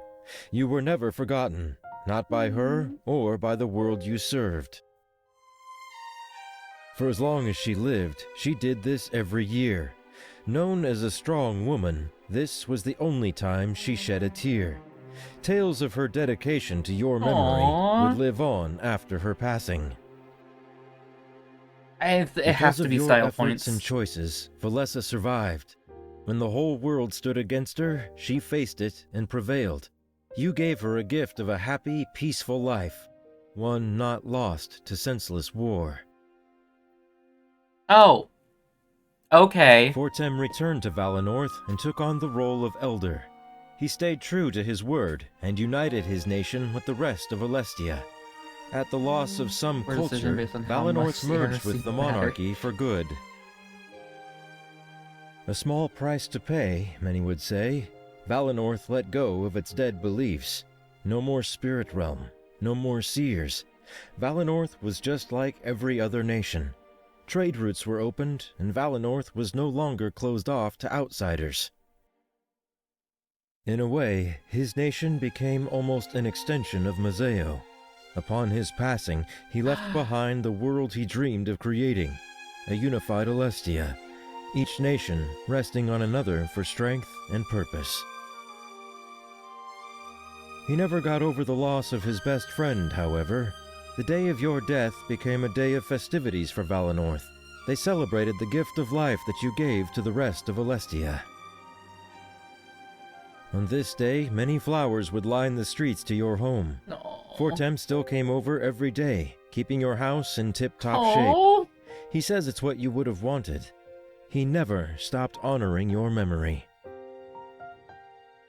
Fortem survived the war, despite all odds. His strong love for everything around him kept him afloat. When all hope was lost, he stood up and challenged death in the face. And for that, he was never forgotten. Living a long and full life, he was happy. Alestia was forever better because of him. Maybe that's why it said he died in the epilogue, because he lived shorter than everyone. Though Pro was lost during the war, his writing endured Why? and created a legacy. God, I want to know what He decisions had the affect most what detailed affect records who of the survives. rebellion, and wrote about almost everybody.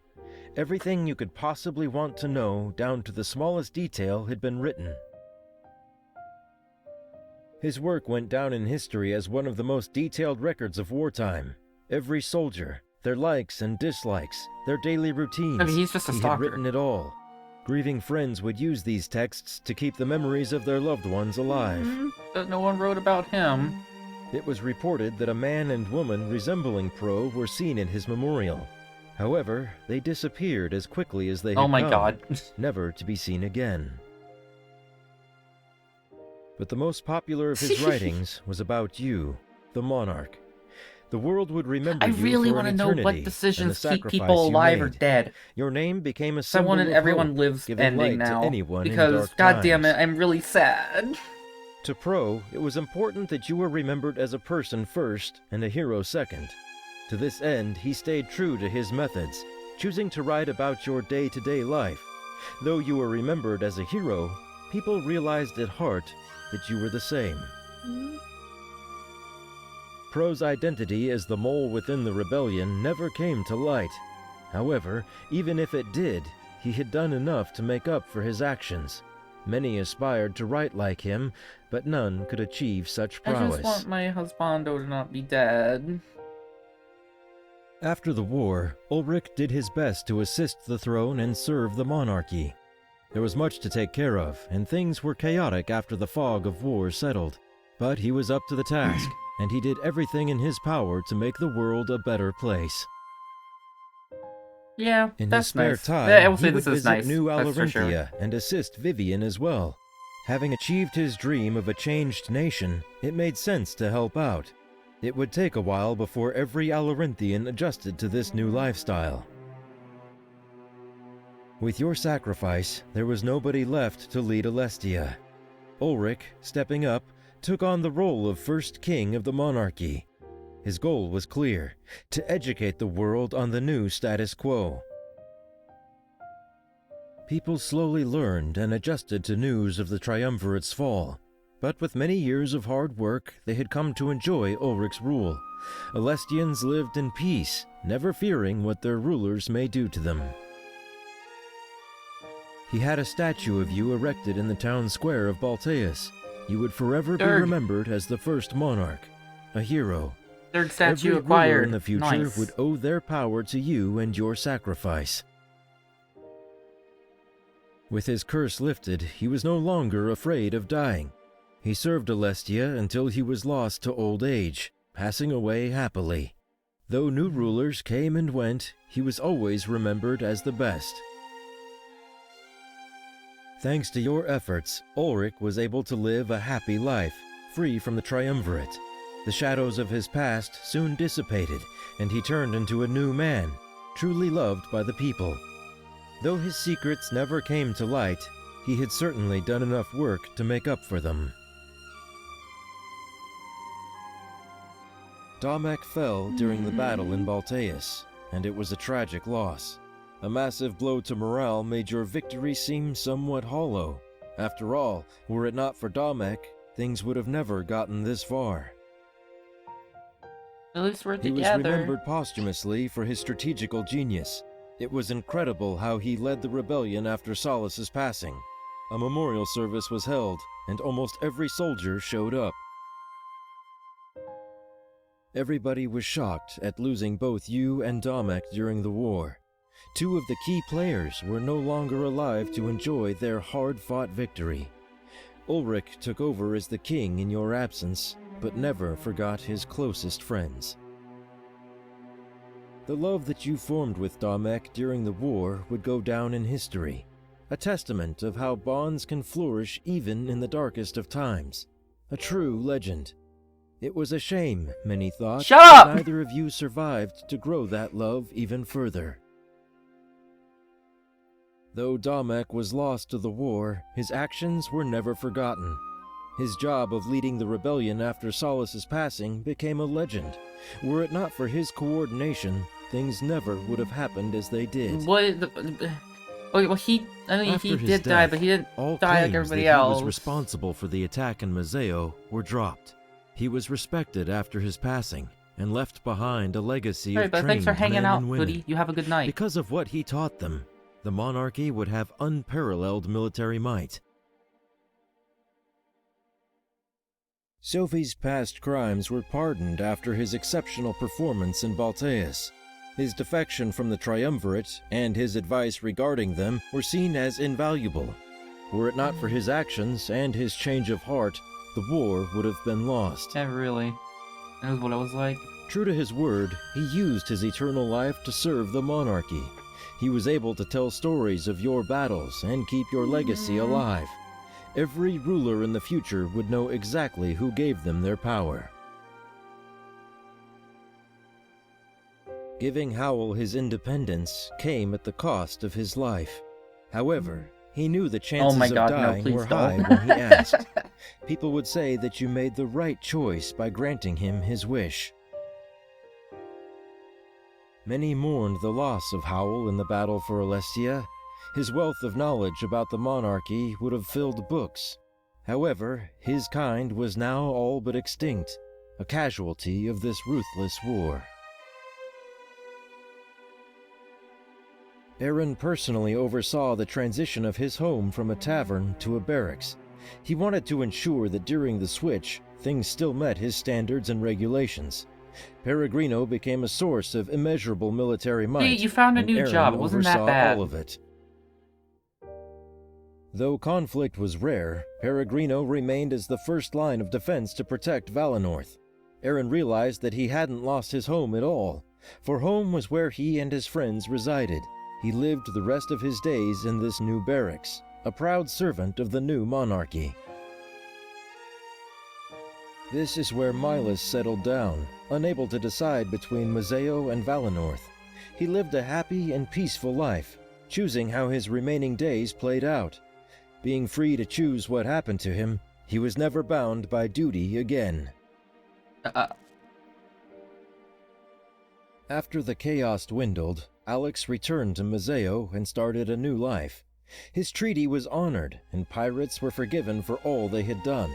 All bans were lifted, and pirates were officially employed as traders. Neda was never seen again. It was assumed that she didn't agree with these changes, or perhaps she was spiteful that you didn't choose to align with her demands. Either way, Alestia would forever remember her as a ruthless pirate lord.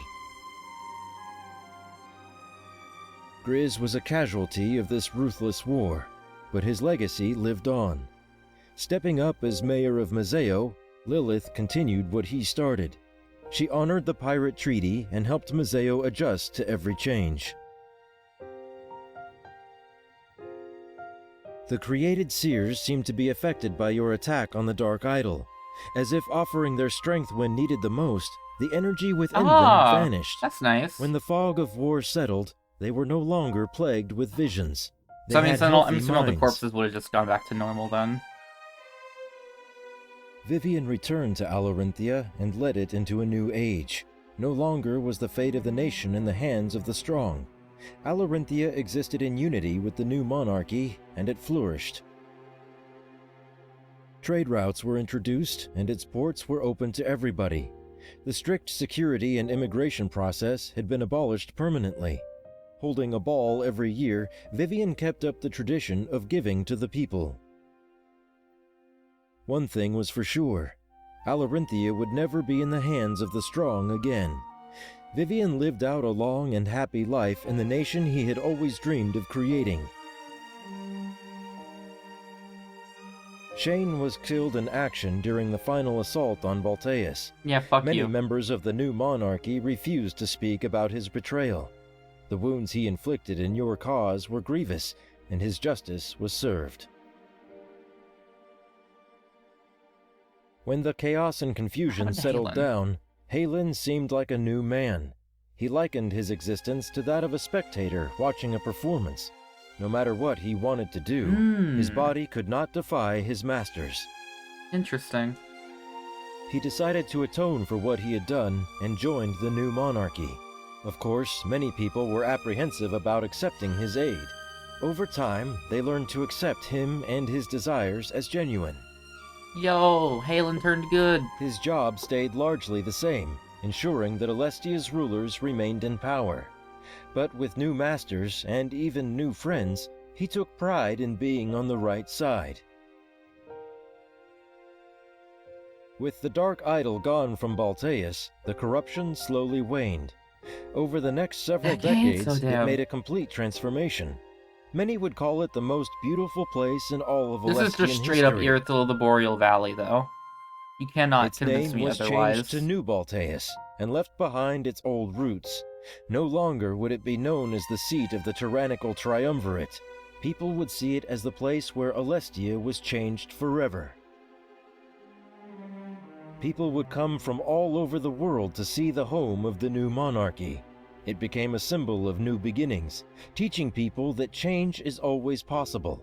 As the corruption slowly disappeared, people settled down and turned it into a prosperous nation. You were successful in your aspirations. You left behind an entirely changed world.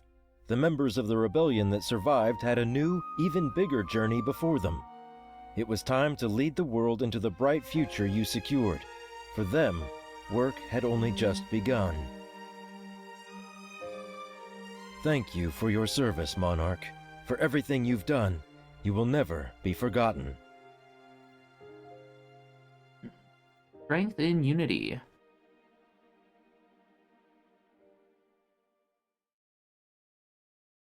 And roll credits? Oh no, we start over, don't we?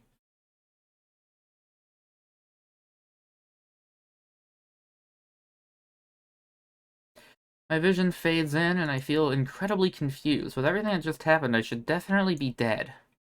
Actually, maybe I was. Far be it for me to decide what death brought. I know that I'm in my house, and that much is easily discernible. After rising up into a sitting position, I notice something shocking. The lower half of my arm is still missing. Could I have survived?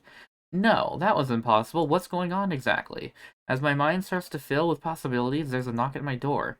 I am filled with fright, but then a moment later I hear a familiar voice. Open up!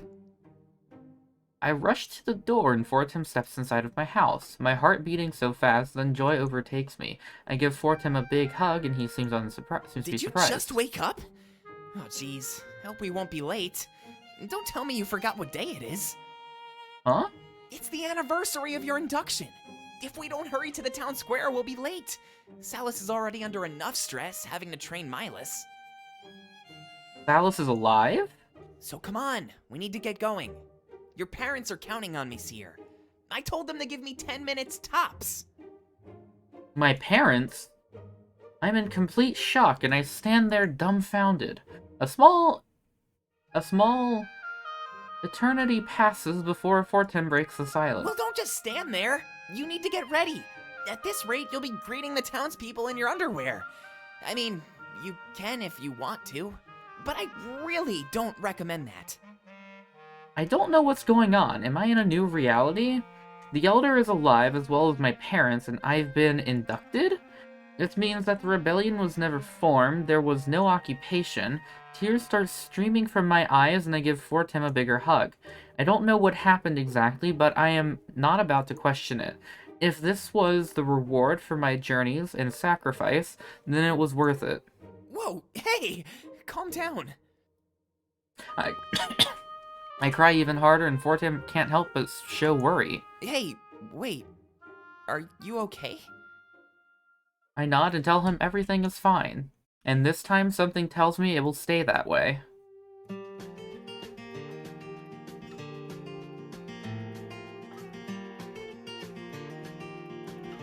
Achievement get. I'll hang your picture on my wall. 4 days gone by, I recall those memories etched in my mind. When our lives intertwined, a moment frozen in time for me and you. GG. And just like the way I don't know. I honestly don't know. I guess that was the epilogue, and then I guess because of my actions, I got propelled into a alternate world where everything is nice.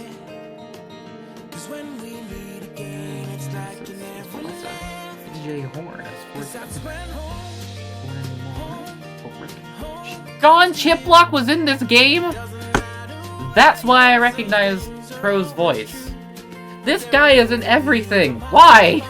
Why couldn't I find the IMDb credit for that? Holy shit. At least I'm finally at the point when I read the name Sean Chiplock, I actually know who it is. I've had to have Rob tell me like numerous times who it was. And whenever he says it's Rivali, I remember immediately. What? Oh my god, that makes so much more. It makes so much sense now why I recognize his voice at least.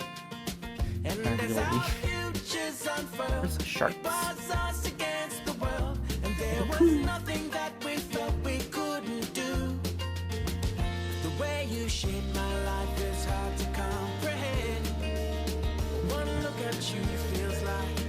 Ah!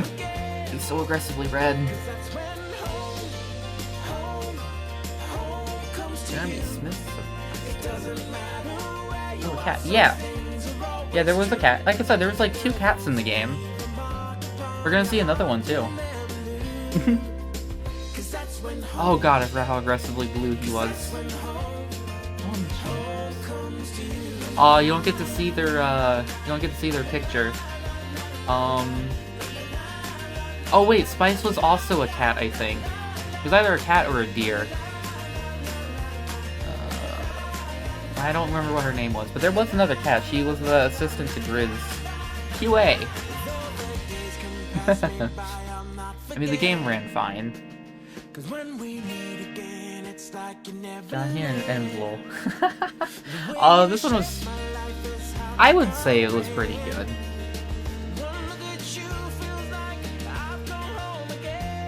Like, I've not played too many visual novels.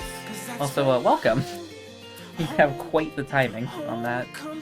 I've not played too many visual novels, but this one was good. I enjoyed it a lot. There are some narrative decisions at various points where I'm like, I'll just say confused as to why they did things, but whatever. I can overlook those.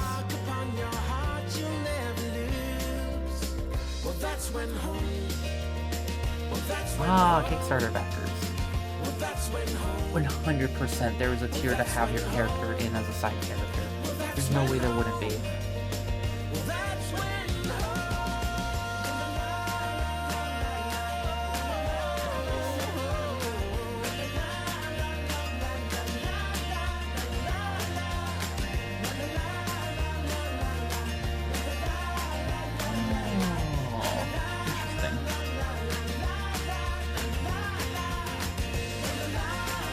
Yeah, I thought it was going...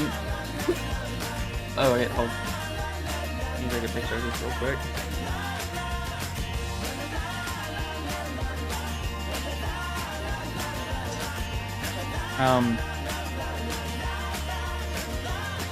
Yeah, I thought it was just going to, like, put me into the game again, and then to play through it a second time.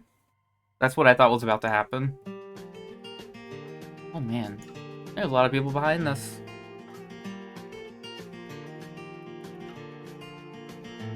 Where it belongs. Here. Ah, I see. Named it after yourself. Their owner. You can't fool me, that's Foxy from FNAF. Thanks for playing.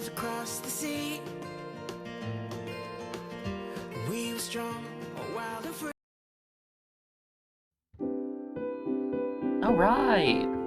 Well, I'm both satisfied and not satisfied. Like, I want the ending where everybody survives. And it is Xenoblade title screen. I completely forgot about that.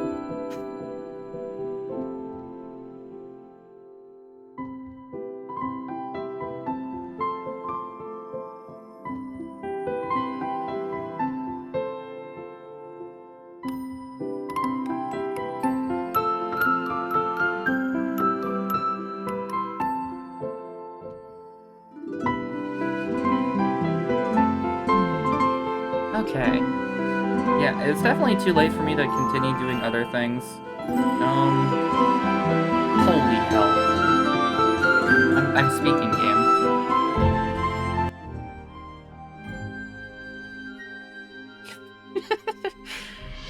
Okay. Anyway. Yeah.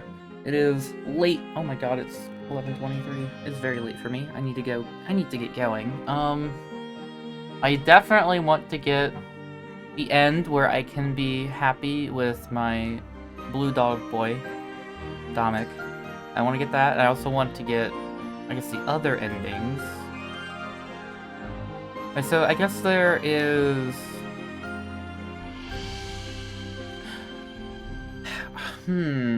So are there two endings? No, I don't know. I'm going to do like I'm going to finish the corruption, the purity ending. It's just going to be a lot of skipping dialogue.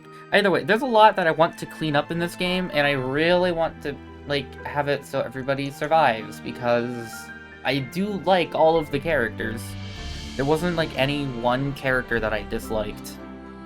Except for, Shane. But as far as main characters go, they were all pretty good. I think Hal will probably be the one that I cared the least about. But I guess that was maybe because he felt more like an entity rather than a character. Which is kind of what he was. He was a culmination of souls, so...